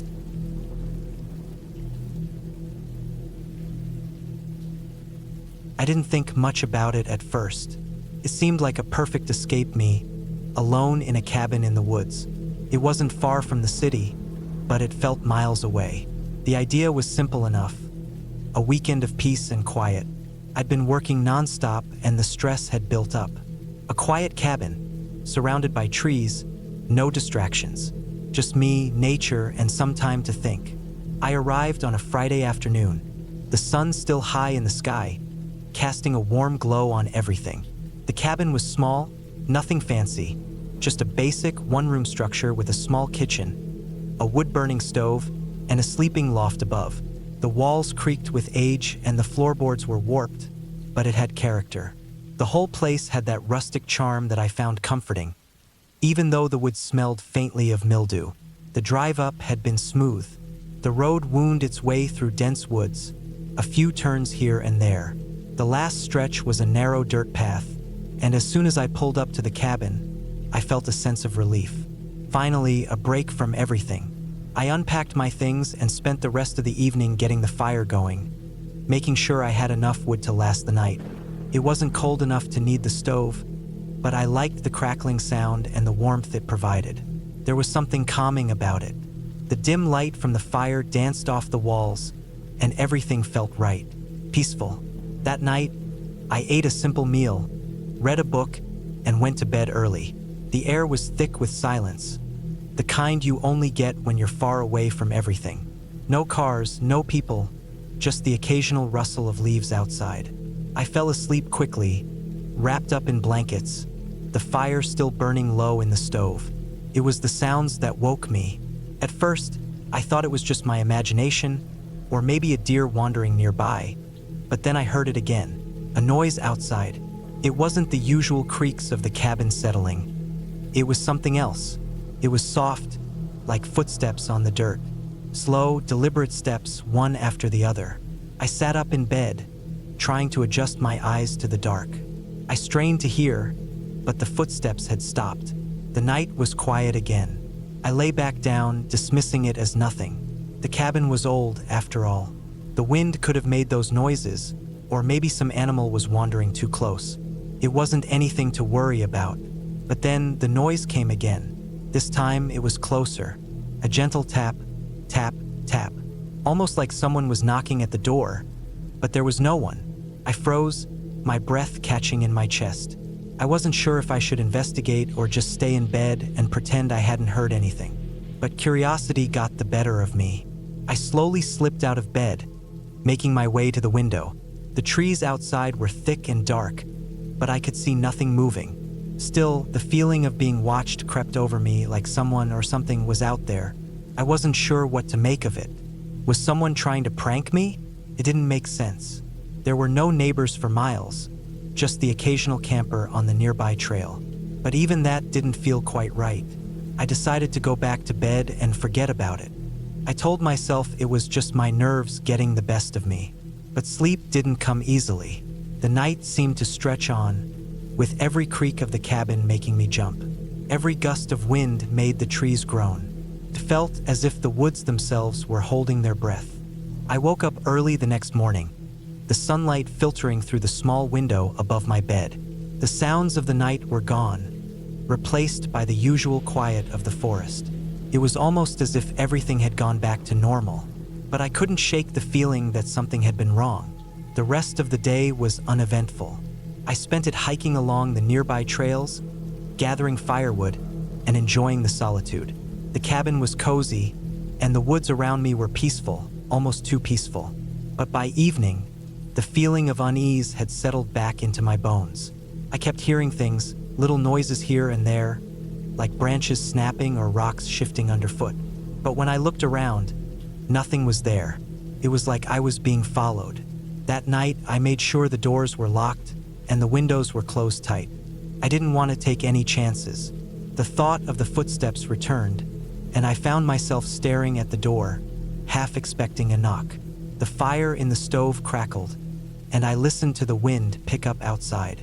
I thought I heard something again, a faint tapping at the door, too quiet to be certain, but there nonetheless. I sat frozen for a long while, not moving, not making a sound. It wasn't until I couldn't hear anything anymore that I dared to move. I got up and slowly approached the door. My hand hovered over the handle, but I couldn't bring myself to open it. What if there was someone out there? What if it wasn't someone at all? The thought made my heart race. I took a deep breath and opened the door just a crack. Nothing, just the night air and the sound of the wind in the trees. I stepped outside, my heart pounding in my chest, but there was no sign of anyone. No footprints in the dirt, no indication that anything had been near the cabin. The wind had died down, leaving only the faint rustle of leaves. It was quiet again, unnervingly quiet. I closed the door and locked it behind me, but I couldn't shake the feeling that I wasn't alone. The next morning, I decided to leave. I packed up my things quickly, not wanting to linger any longer than I had to. The woods seemed oppressive now, like they were closing in on me. The silence was overwhelming. I couldn't explain why I felt the way I did, but it was as if the cabin was watching me, waiting for me to leave. As I drove away, I looked back at the cabin in the rearview mirror. It stood there, nestled in the trees, quiet and still. But the air felt different now, heavy. It wasn't the peaceful getaway I had imagined. The further I got, the lighter I felt. The tension slowly left my shoulders, and my breath came easier. I don't know what I experienced that weekend. Maybe it was just my mind playing tricks on me. Maybe it was the isolation, the lack of human contact, or the stress of everything building up. But whatever it was, I would never go back to that cabin. Sometimes, when I close my eyes, I still hear the footsteps.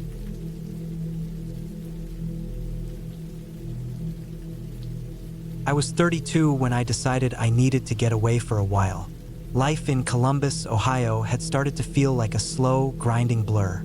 My job in insurance had become nothing but a cycle of screens and phone calls. I had broken things off with my girlfriend a few months earlier, and my friends were busy with their own lives. I wasn't sleeping well. I drank too much. I couldn't remember the last time I felt like myself.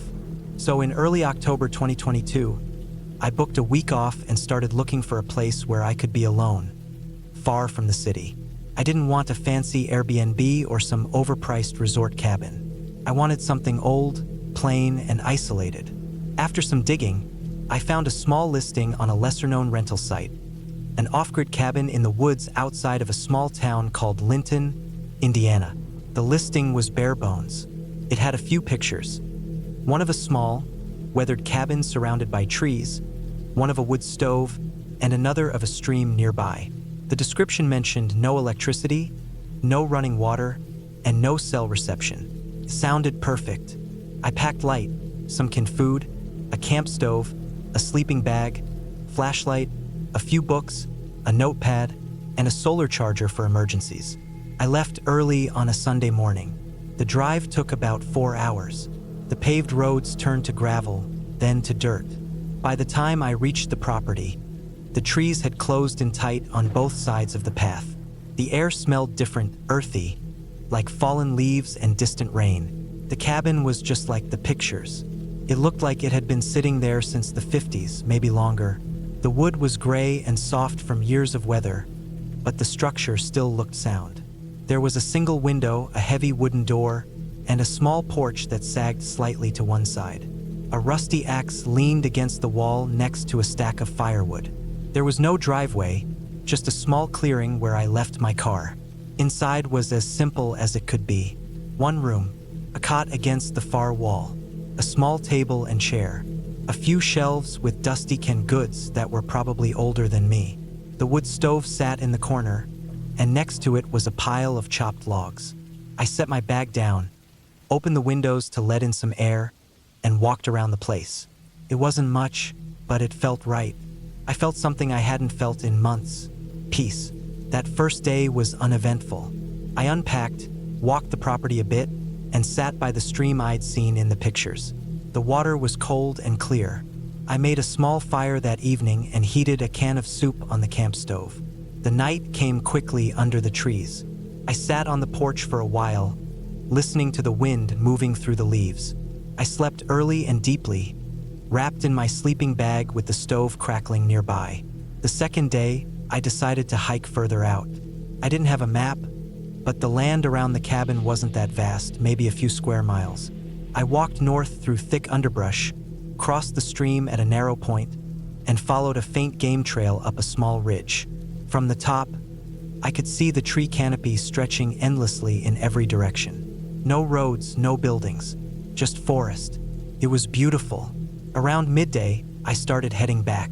The trail was faint, and I took my time. I wasn't in a rush. As I walked, I noticed something strange. Broken branches, freshly snapped. At first, I thought it was just deer, but there were too many, and they were too high off the ground. Some looked like they had been twisted. I found tracks, too, not boot prints, but something larger than deer hooves. Deep impressions, splayed toes. Maybe a bear, but the size felt wrong. I kept walking, tried not to think about it. It was just a forest. Things lived here. I was a guest, but I couldn't shake the feeling that I was being watched. Every time I stopped, the woods fell completely silent. No birds, no rustling, just the sound of my own breath. I made it back to the cabin in the late afternoon, sweaty and uneasy. I told myself I was being paranoid. I had watched too many documentaries. That night, I locked the door and kept the axe beside my bed. The third day started cloudy. I stayed close to the cabin, read a book, wrote in the notepad, and chopped some extra firewood. Around noon, it started raining. Light at first, then heavier. I made a fire inside and watched the rain through the window. The day passed slowly. The rain didn't stop. By nightfall, the temperature dropped. I made dinner and tried to sleep early, but I kept waking up. Around 2 a.m., I heard something outside. It was a single sound at first, a thud, then another, like something heavy hitting the side of the cabin. I sat up. The fire had died down. I listened. Nothing. Then a scraping sound near the window. Slow, deliberate. I stayed still for what felt like an hour. Eventually, it stopped. I didn't sleep the rest of the night. In the morning, the ground was soaked. I walked around the cabin. There were no footprints, but the mud near the window had been disturbed. Long drag marks, like something had been pulled across it. My stomach tightened. I decided not to go far that day. I kept the fire going, stayed inside, and tried to ignore the unease building in my chest. That night, it happened again. Scraping at the wall. Soft thumps. I stood near the window with the axe in my hand, but couldn't see anything. No lights, no movement, just blackness and rain. I didn't sleep. On the fifth day, I snapped. I was exhausted and angry. I walked in every direction from the cabin for hours, shouting into the woods. Nothing. I looked for cameras, for signs of people messing with me. Found nothing, just trees and wet leaves. When I got back, I locked the door, nailed the shutters closed with some rusty nails I found, and piled logs against the entrance. I was done. The next day, I would hike back to my car and leave. But the sixth day was worse. It started in the morning. I stepped outside to relieve myself and saw something in the clearing. A pile of stones stacked neatly in the center. They hadn't been there the day before. 7 stones, each a different size, arranged in a perfect little tower. My heart was racing. I kicked it over, went back inside. The forest felt hostile. I stayed inside all day, didn't eat, barely drank water. That night it was louder than ever. Thumps against the wall, scraping on the roof. Something walked around the cabin over and over. Slow, steady steps. I sat in the corner with the axe, knees pulled to my chest. Around 3 a.m., the sound stopped. The silence was worse. To first light, I packed everything. I left the cabin without looking back. The woods were silent again, but it didn't feel calm. Felt hollow, like everything was holding its breath. I walked fast, didn't stop. When I reached my car, I found the driver's side mirror cracked and turned in. Nothing else was touched. I got in and drove without pausing once. I didn't even stop for gas until I was an hour outside Columbus. I didn't report anything. What would I even say? No crime had happened. No one had been hurt. But something was wrong with that place. Maybe someone lived out there. Maybe they didn't want to be found. Maybe I had wandered too close to something private, something territorial. I don't know. I don't want to know. Back home, I changed the locks on my apartment. I kept the axe by my bed for weeks. I still don't sleep great, but I never went back to the woods. Not even local trails. Some places feel empty for a reason, and if you find yourself in one, don't try to understand it. Just leave. Leave and don't look back. That trip was supposed to help me find peace. Instead, it reminded me how thin the line is between solitude and something much darker.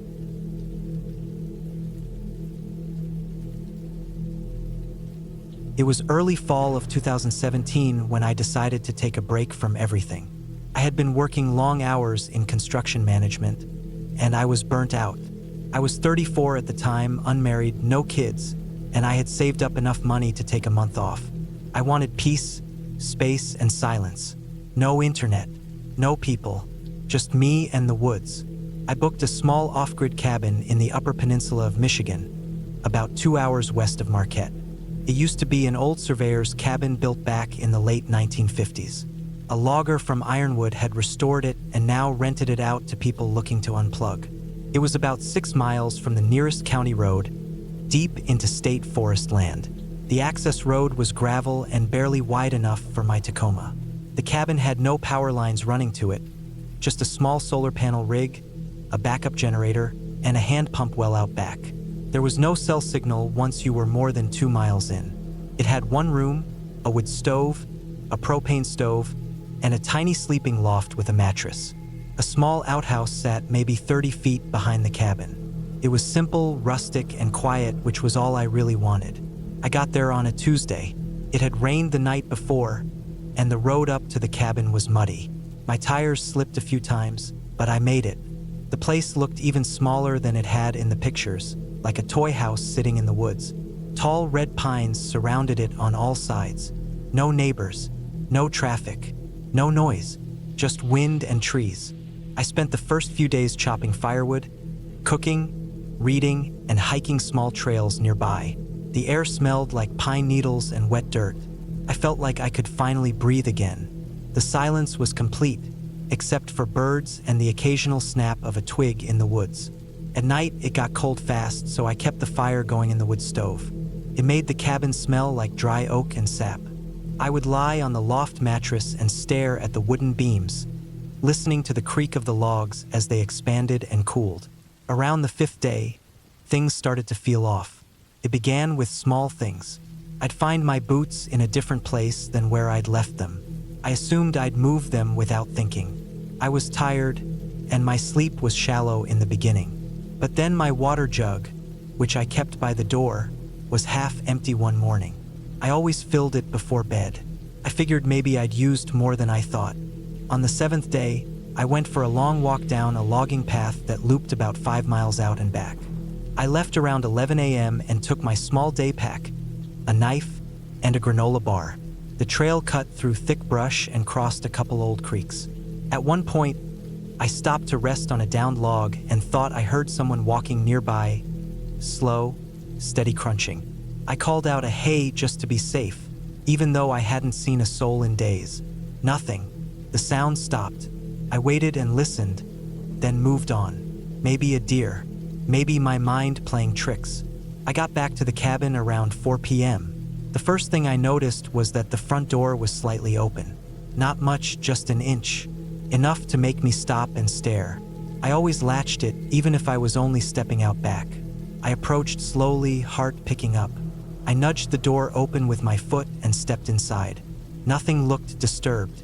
My bag was still on the table. My hat and coat still on the hook. Stove untouched. The only thing that seemed off was the curtain in the back corner window. It had been pulled halfway aside. I didn't remember doing that. I spent the evening trying to shake it off.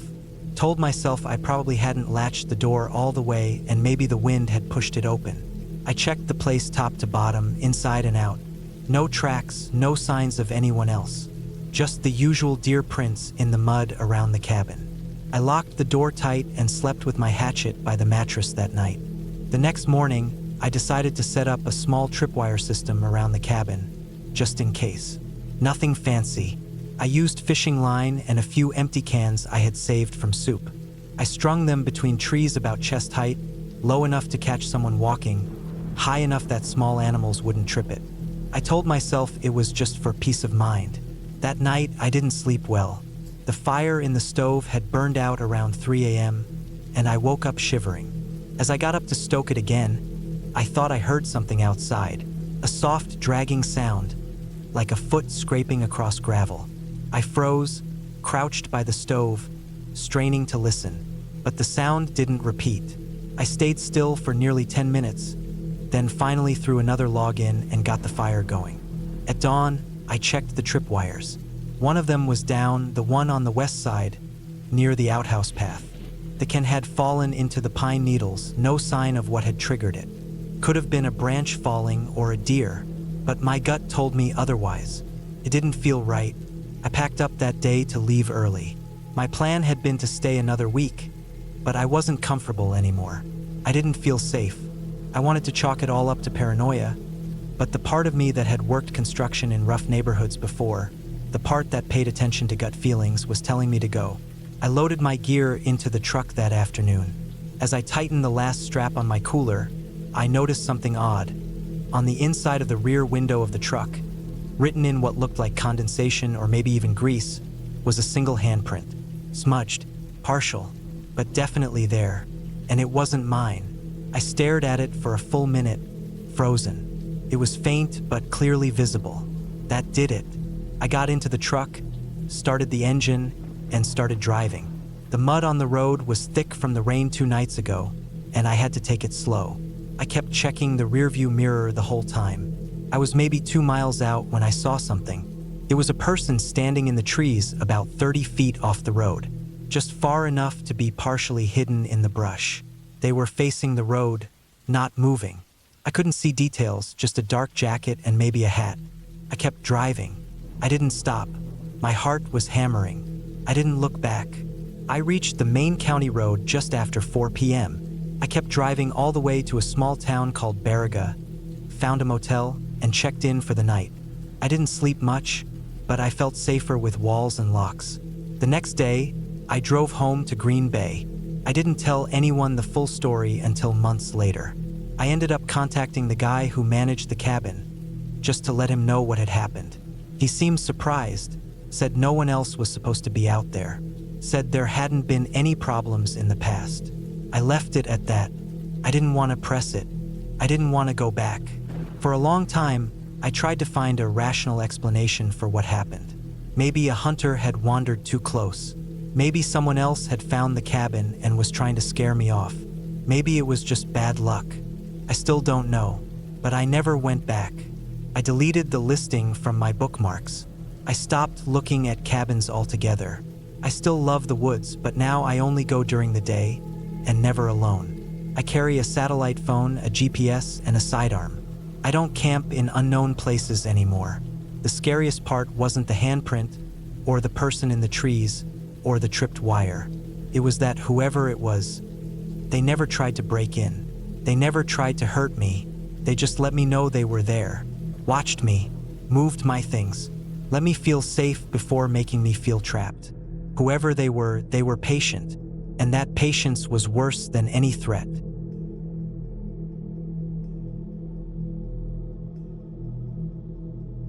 It was late September of 2017 when I decided to take a week off from my job at a trucking company and spend it alone in a cabin up in northern Minnesota.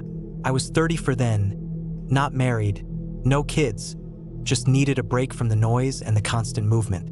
The plan was simple: rent a remote cabin near a small lake, turn off my phone, and just sit with my thoughts for a while. I booked the place through a small listing site. It was privately owned by a retired couple who lived downstate.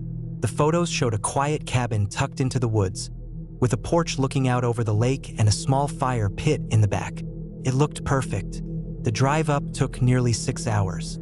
I left Indianapolis early in the morning and arrived just before dusk. The last hour was rough. Gravel roads that hadn't seen maintenance in years, dense forest pressing in from both sides. My GPS dropped out about 10 miles before I reached the cabin, but the owners had given me printed directions, and I managed to follow them without getting lost. The cabin looked just like the photos. Wooden, 2-story, with green trim and a steep roof. It sat about 50 yards from the lake, which was half covered in lily pads and completely still. The air smelled like pine and damp leaves. Felt good to finally be still. The first night was quiet. I made some instant noodles, read a few pages of a paperback I brought, and went to bed early. The mattress was stiff but clean. There were no curtains on the windows upstairs, which made me a bit uneasy, but the forest outside was so thick I figured no one could see in even if they wanted to. It was just me out there, and that was the point. By the second day, I was starting to relax. I hiked a little around the property, didn't stray far, just enough to stretch my legs. There were signs of deer, tracks, droppings, and once I heard something large moving through the brush, but I never saw anything. I found an old shed a bit downhill from the cabin, half collapsed and overgrown. I didn't go in, just looked at it from a distance. I figured it belonged to the owners and was probably full of old tools or firewood. Still, something about it made me uneasy, like it didn't belong anymore. That night, I woke up to a noise. It was faint, but enough to jolt me out of sleep. I listened. It sounded like footsteps on the deck. Slow, deliberate. I froze. I don't scare easily, but being out there alone with no neighbors for miles, I couldn't just brush it off. I waited, not even breathing, but the sound didn't come back. After maybe 20 minutes, I got up, grabbed the flashlight, and checked outside. Nothing, just the woods and the dark and the lake beyond. I locked the door tighter and tried to convince myself it was an animal. The next day, I didn't do much. I stayed close to the cabin, read more, tried to nap. I couldn't shake the feeling I was being watched. Every time I looked out into the trees, I expected to see someone, but there was never anything there. The shed down the hill started bothering me more. I didn't like walking past it. I didn't like how the door hung open just enough to see the darkness inside. On the fourth day, I found tracks. Human tracks, barefoot. They came from the woods and led up to the side of the cabin, then vanished near the porch. The ground was soft from rain the night before, so they were clear, long, narrow feet with high arches. I measured one with my boot, bigger than mine by a couple inches. I stood there for a long time just staring at them. I kept looking around, expecting someone to step out from behind a tree. Nothing. The silence felt heavy. I didn't sleep well that night. Every sound made me jump. I kept the flashlight next to me, along with a hammer I found in the kitchen drawer. I must have checked the door a dozen times. Around 3 a.m., I heard tapping on the side of the cabin. Not loud, just a soft, slow tapping, like fingers on wood. I didn't look. I just lay there, sweating, barely blinking. When the sun came up, I packed. I didn't care that I had a few days left on the rental. I shoved everything into my bag, left a note for the owners saying something came up, and started the drive back. I didn't even eat breakfast. About 5 miles down the gravel road, I saw something in my rearview mirror. A person standing at the edge of the road, maybe 100 feet back. No shoes, no shirt, just standing there watching. I didn't stop. I didn't slow down. I just kept driving until I hit pavement and cell service. I never went back. I never told anyone the full story either. When people asked, I just said I needed a break from everything, and the cabin helped me clear my head. That was easier.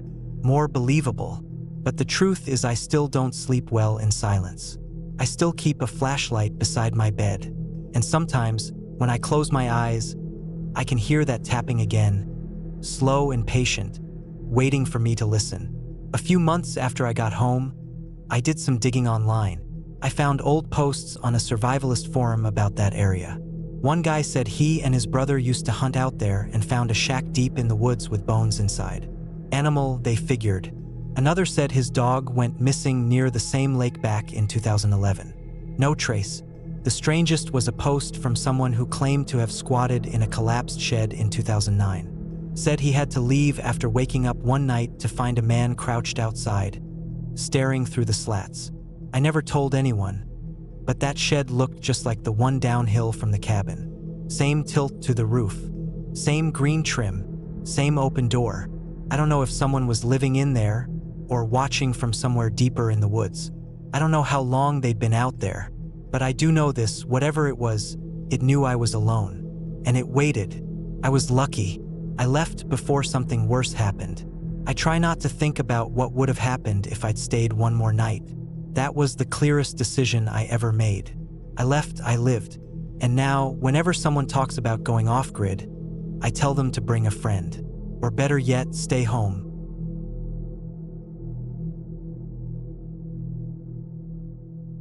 It was late September of 2016 when I decided to spend a week alone in a remote cabin in northern Maine.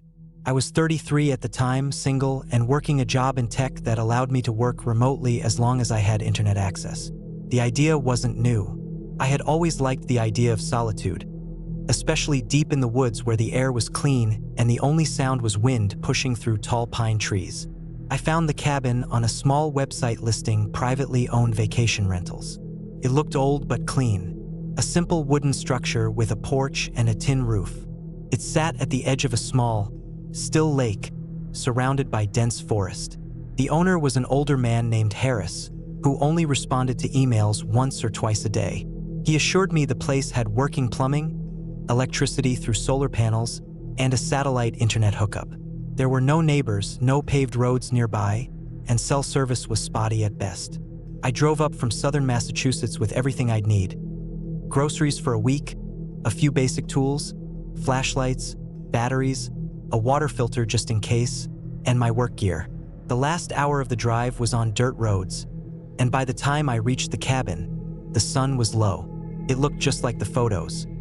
Old but sturdy, set on a slight hill overlooking the lake, with a fire pit out front and a small dock reaching into the water. The first night was calm. The stars were bright, and I sat out on the porch for hours listening to the sounds of insects and distant owls. The cabin itself was quiet and smelled of pine and aged wood. I didn't unpack everything right away, just what I needed for the night. I planned to settle in properly the next day. The second day, I woke up early and spent the morning walking around the property. The forest was thick and mostly untouched. I followed a narrow trail down the shoreline and found an old rowboat half submerged in the mud. It looked like it hadn't been used in years.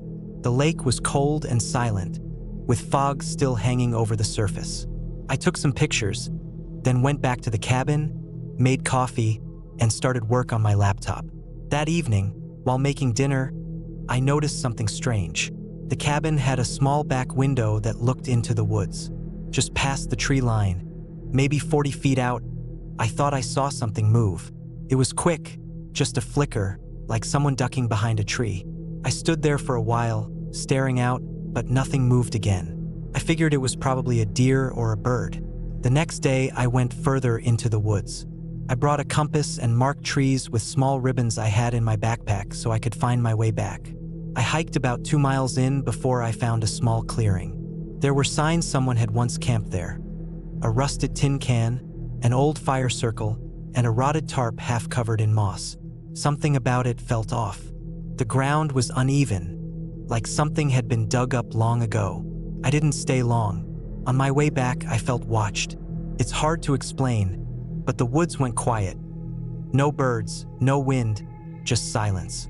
I kept walking and didn't stop until I saw the cabin again.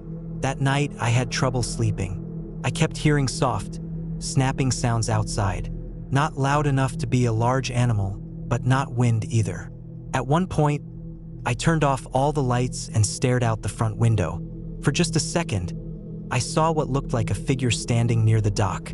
When I blinked, it was gone. I told myself it was stress, maybe just my eyes playing tricks. But the next morning, I found fresh footprints in the soft dirt around the fire pit. They weren't mine. They were wider, heavier, barefoot. That's when I started locking the door, even during the day. I also began keeping a heavy flashlight with me, and I double-checked all the windows every night. I didn't sleep much after that. The following day, I tried to get some work done, but the satellite internet was out. I spent an hour trying to reset it, but nothing worked. I tried calling Harris, but my phone had no bars. I decided to give it a day before trying to drive back out. That evening, it rained hard. Around midnight, I heard something bang against the side of the cabin. It sounded like someone hitting the wall with a stick. Then footsteps on the porch. I sat up in bed, heart pounding, holding my flashlight like a weapon. I didn't move until dawn. In the morning, I found long scratches on the wood of the porch post. They were too high and too deliberate to be from an animal. I checked the trees nearby but didn't see anything unusual.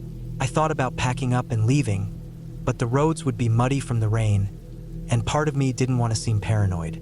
I told myself I could make it to the end of the week, but things kept getting worse. 2 nights later, I woke up to the sound of the front door handle turning. Slow, quiet, like someone testing it.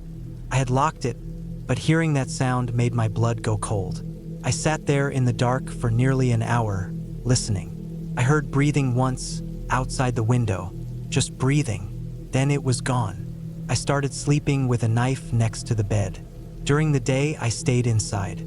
I moved a chair in front of the door and pushed the dresser against it at night. I tried the internet again, but it was still down. The next morning, I walked the perimeter. I found more footprints. Someone had been circling the cabin. I also found a small pile of stones stacked on the dock. It hadn't been there before. It felt like a warning. On my final night, I didn't sleep. I sat in a chair with my flashlight and knife, heart pounding at every creak of the floor or whisper of wind. Around 3 a.m., I saw someone, a man, standing just at the edge of the trees. He didn't move, just stood there, facing the cabin. I couldn't see his face. I didn't move either, just watched him until he stepped back into the dark. When the sun came up, I packed everything I could in under an hour. I left the rest and drove until I got cell signal. I called Harris and told him everything. He was quiet for a long time, then said he'd had 1 or 2 guests mention strange things but never anything serious. He thanked me for letting him know. I never went back, never rented another cabin that far out. I still work remotely, but now I stick to small towns or places with neighbors nearby. Every once in a while, I think about that man in the trees, what he wanted, what would have happened if I hadn't locked the door that night. I didn't imagine any of it. The footprints were real, the scratches, the stacked stones. Someone was out there. I just left before they got any closer.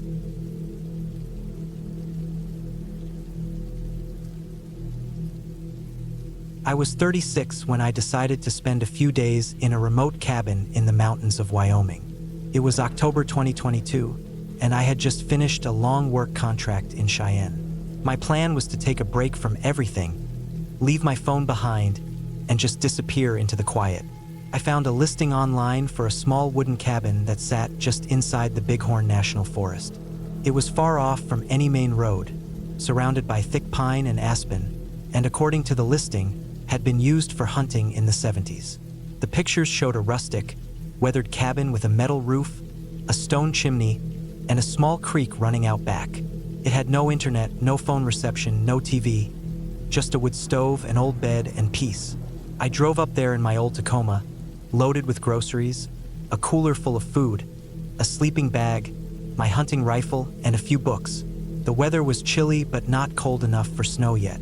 I stopped at a gas station in a nearby town called 10 Sleep, filled up the tank, and asked the attendant if he knew about the cabin. He just nodded and said something about people staying up there every now and then, mostly hunters or loners like me. He didn't seem too interested, and I didn't press him. It took me about 2 hours to get from the last bit of paved road to the clearing where the cabin sat. The dirt road was rough, overgrown in spots, and at one point I had to stop and cut a branch that had fallen across the trail. By the time I arrived, the sky was starting to go pink with the early evening. The cabin looked even more isolated in person. It sat on a small hill partially hidden by trees, with a thick wall of forest behind it and a slope that dropped down to a creek in front. There were no other buildings in sight, and I couldn't hear any cars or people. Just the wind moving through the trees and the sound of water down below. The inside of the cabin was simple. Bare wood walls, a stone fireplace, a small table with 2 chairs, and a narrow bed along the back wall. The kitchen area had a rusty propane stove and a sink with a hand pump. There were a few old pots and pans hanging on hooks. Everything smelled faintly of damp wood and dust. I opened the windows to air the place out, brought in my supplies, and started a fire in the stove to take the edge off the cold. That first night was quiet. I sat outside on a wooden bench, looking up at the stars. Without light pollution, they looked like they were close enough to reach out and touch. I felt calm, like I had finally put distance between myself and all the noise of the world. I slept deeply that night, waking only once to throw a log on the fire before going right back to sleep. The next morning, I went for a walk down by the creek.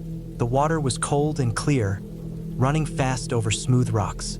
I followed it upstream for a while, then looped back through the trees. I found a few old animal tracks, maybe elk or deer, but didn't see anything moving. Back at the cabin, I made coffee, read for a few hours, then spent the afternoon chopping some firewood from a deadfall nearby. I was starting to fall into a rhythm, and the silence was becoming more familiar than strange. That night, though, something felt different. I went to bed around 9, letting the fire die down to coals. I woke up sometime later, unsure why. It was still dark, and the fire had gone completely out. I lay there, listening. The cabin was quiet, but I had the strange sense that something had shifted. Not a sound, exactly, just a pressure, like something was waiting. I shook it off, chalking it up to being in a new place, and went back to sleep. The next morning, I saw something that gave me pause. Outside the cabin, maybe 10 feet from the front steps, were a set of boot prints in the dirt. Heavy tread, maybe a size or 2 larger than mine. They came from the trees, stopped at the cabin, then went back the way they came. I stood there staring at them for a long time. I hadn't heard anything the night before. No knocking, no footsteps, but the prints were fresh, still sharp-edged in the dry dirt. I spent the day on edge. I kept the rifle close and walked the perimeter of the clearing. I didn't see any more prints or signs of movement. I checked the cabin door and windows, no damage, no sign of entry. Could have been a hunter passing through, I told myself. Maybe someone saw the smoke from my chimney and came to check it out. Still, I couldn't shake the unease. I didn't go for a walk that day. I stayed close to the cabin and double-checked the door before I went to bed. That night, I didn't sleep well. I kept waking up, listening for sounds. At one point, I thought I heard something move outside, like a branch snapping. But it was windy, and I told myself it could have been anything. I finally drifted off sometime after 3. The next morning, I found more prints. This time, they were behind the cabin, near the trees where I had stacked the firewood. They were the same size, same tread, and again, they didn't belong to me. That was when I decided to cut the trip short. I packed up my things, loaded the truck, and left that afternoon. The whole drive back down that dirt road, I kept checking the rearview mirror. I didn't see anyone. No vehicles, no people. Just empty forest. Back home in Cheyenne, I kept thinking about those boot prints. I went back to work, tried to forget about it, but something about it stayed in the back of my head. A few weeks later, I looked up the area online. I found a couple of old news stories about missing hikers and campers in that part of the forest. Nothing recent, just scattered reports from the 80s and 90s. One guy had gone missing not far from where that cabin was. Another was found dead, cause unknown. No big headlines, no clear answers. I never went back to that cabin. I don't even remember the name of the guy who rented it to me. The listing disappeared not long after I got home. Part of me wonders if someone's still up there, living in the woods, watching the people who come and go. Or maybe it was just a random stranger passing through. Either way, I didn't want to find out. The thing that stuck with me the most wasn't the prints themselves. It was the fact that whoever it was, they never knocked, never tried to talk, never left a note. Just stood there, in the dark, close enough to touch the door, then left without a sound. That kind of quiet isn't normal. It's not right. Sometimes silence means peace, and sometimes it means something else entirely. I haven't been back in the woods alone since.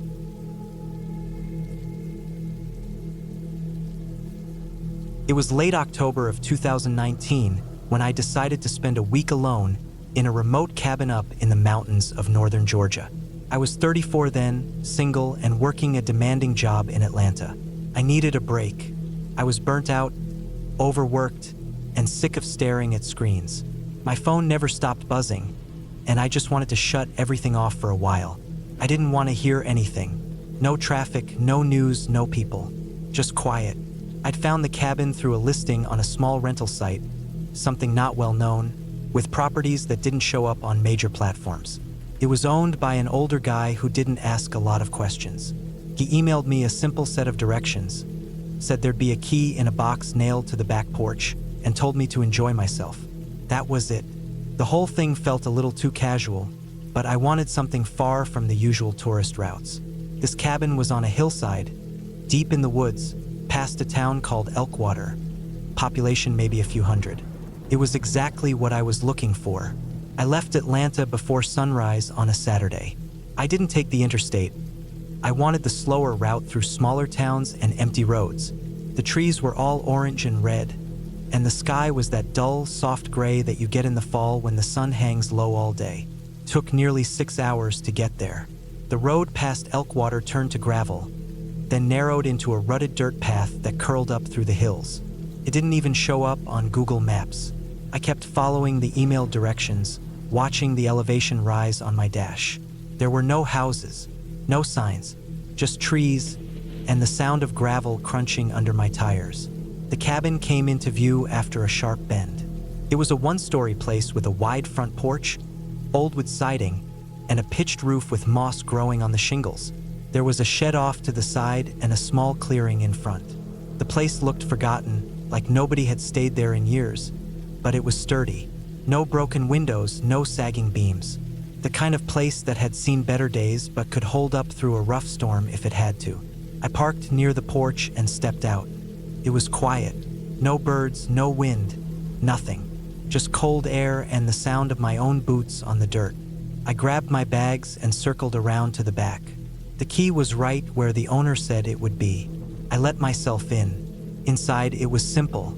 A narrow kitchen with an old gas stove, a small fridge, a wood-burning stove in the main room, a couch, a single bedroom, and a bathroom that looked like it hadn't been updated since the 70s. But it was clean, and more importantly, it had no cell service. I locked my phone in the glove box outside. I didn't want to be tempted. I unpacked, got the wood stove going, and spent the first day settling in. I read for a while, walked the perimeter of the cabin, stacked some of the split logs from behind the shed, and made a pot of canned chili. That first night was fine, cold but quiet. I had to stoke the fire around midnight, but nothing felt off. The second day, I hiked along an old trail that ran behind the cabin. It wasn't marked on any map, but it was worn enough to follow. It led deeper into the hills, winding through thick forest and past a couple of dried-up stream beds. I must have gone 5 or 6 miles in before I turned around. Didn't see anyone the whole time, but that night something changed. It was about 3 a.m. when I woke up to a sound I couldn't place. At first, I thought it was an animal. It was this soft scraping, like something moving against wood. I sat up in bed and held still, kept going. A slow, dragging noise, not fast, just steady, came from the front porch. I got out of bed and walked barefoot to the front window. The moon was out, enough to light the clearing. I couldn't see anyone or anything, but the noise stopped when I got to the window. I waited for 5 minutes, listening. Nothing. I went back to bed, thinking maybe it was just a branch or a raccoon. I didn't sleep much after that. The next morning, I checked the porch. Nothing was out of place. The woods looked the same. No footprints, no signs of movement. I let it go. Maybe I imagined it. Maybe the wind kicked something across the boards. That afternoon, I decided to hike again, but a shorter trail that looped around to the east side of the property. It ran along a ridge and gave a clear view down into a hollow. I saw some deer out there, and what looked like the remains of an old fence. I sat on a rock for a while, just breathing, trying to let my mind rest. But I kept glancing over my shoulder. I didn't know why. I just felt like someone might be watching. That night, the sound came back. Same time, same noise. That slow, steady scrape across the porch. I sat up, heart pounding, and listened. It lasted longer this time, maybe a full minute. I wanted to believe it was just another animal, but it didn't sound like claws. It was heavier, almost like something being dragged. I didn't look out the window that time. I just stayed in bed, eyes open, until the sound stopped. I should have left the next day, but I didn't. I told myself it was nothing, just cabin noises, animals, wind. I spent the day chopping wood, cooking, trying to keep busy, but my stomach felt tight the whole time, like I was waiting for something. That night, it got worse. I woke up again around 3 a.m., this time to a loud thud. It sounded like something hit the side of the cabin, hard. I jumped up, grabbed the flashlight I kept next to the bed, and scanned the windows. Still nothing. I opened the door this time, stepped out onto the porch with the flashlight in one hand and a heavy wrench in the other. The clearing was empty. The trees stood still. Nothing moved. I walked around the cabin once, heart racing, but didn't find anything. No marks, no tracks, nothing knocked over. I didn't sleep after that. Just laid in bed with my eyes on the ceiling until the sun came up. The next morning, I walked the property again, this time wider, pushing deeper into the woods to see if I could spot any signs of someone else being out there. I found a pair of tire tracks at the edge of a hill, maybe a quarter-mile out. They were old, faded, but not ancient. It looked like someone had driven through there a few days before, but there was no real road, no clear way in or out, just brush and trees. I didn't follow the tracks. I just stood there staring at them for a long time. That evening, I packed most of my stuff and loaded the car. I decided to sleep one more night and leave early the next morning. I figured I could power through it, and I didn't want to drive the narrow mountain road at night. I left just my sleeping bag and my last meal inside. I kept the flashlight, wrench, and now a knife next to me in bed. Around 2:45 a.m., I woke up again. No noise this time, just an overwhelming feeling that something was wrong. I sat up and listened. Silence. I walked to the front window and looked out. Nothing. Then I turned to check the back door. It was open, just a few inches, but open. I stood there frozen for a second. Then I grabbed the flashlight, turned it on, and stepped closer. The door wasn't damaged. The lock wasn't broken. It was just unlatched, like someone had opened it from the outside and stepped away. I backed into the main room, locked the front door, and waited until dawn. I didn't hear anything else, but I didn't sleep either. As soon as the sky started turning gray, I grabbed my things and left. I didn't eat. I didn't clean up. I just drove. The drive back felt longer. I kept checking my mirrors. I stopped for gas once and almost asked the cashier if anyone else had come through from the hills. But I didn't. I just wanted to get home. I never found out what was out there. Could have been someone messing with me. Could have been a drifter, a hunter, a local. I don't know. I emailed the owner once, asked if anyone else had keys. He never replied. I didn't tell many people about the trip. Just said it was quiet, good for a break. But the truth is, I haven't gone back into the woods since. I still think about that back door, the way it sat open like someone wanted me to know they'd been there, like they wanted me to hear them night after night, but never see them. And I still wonder what would have happened if I'd stayed one more night.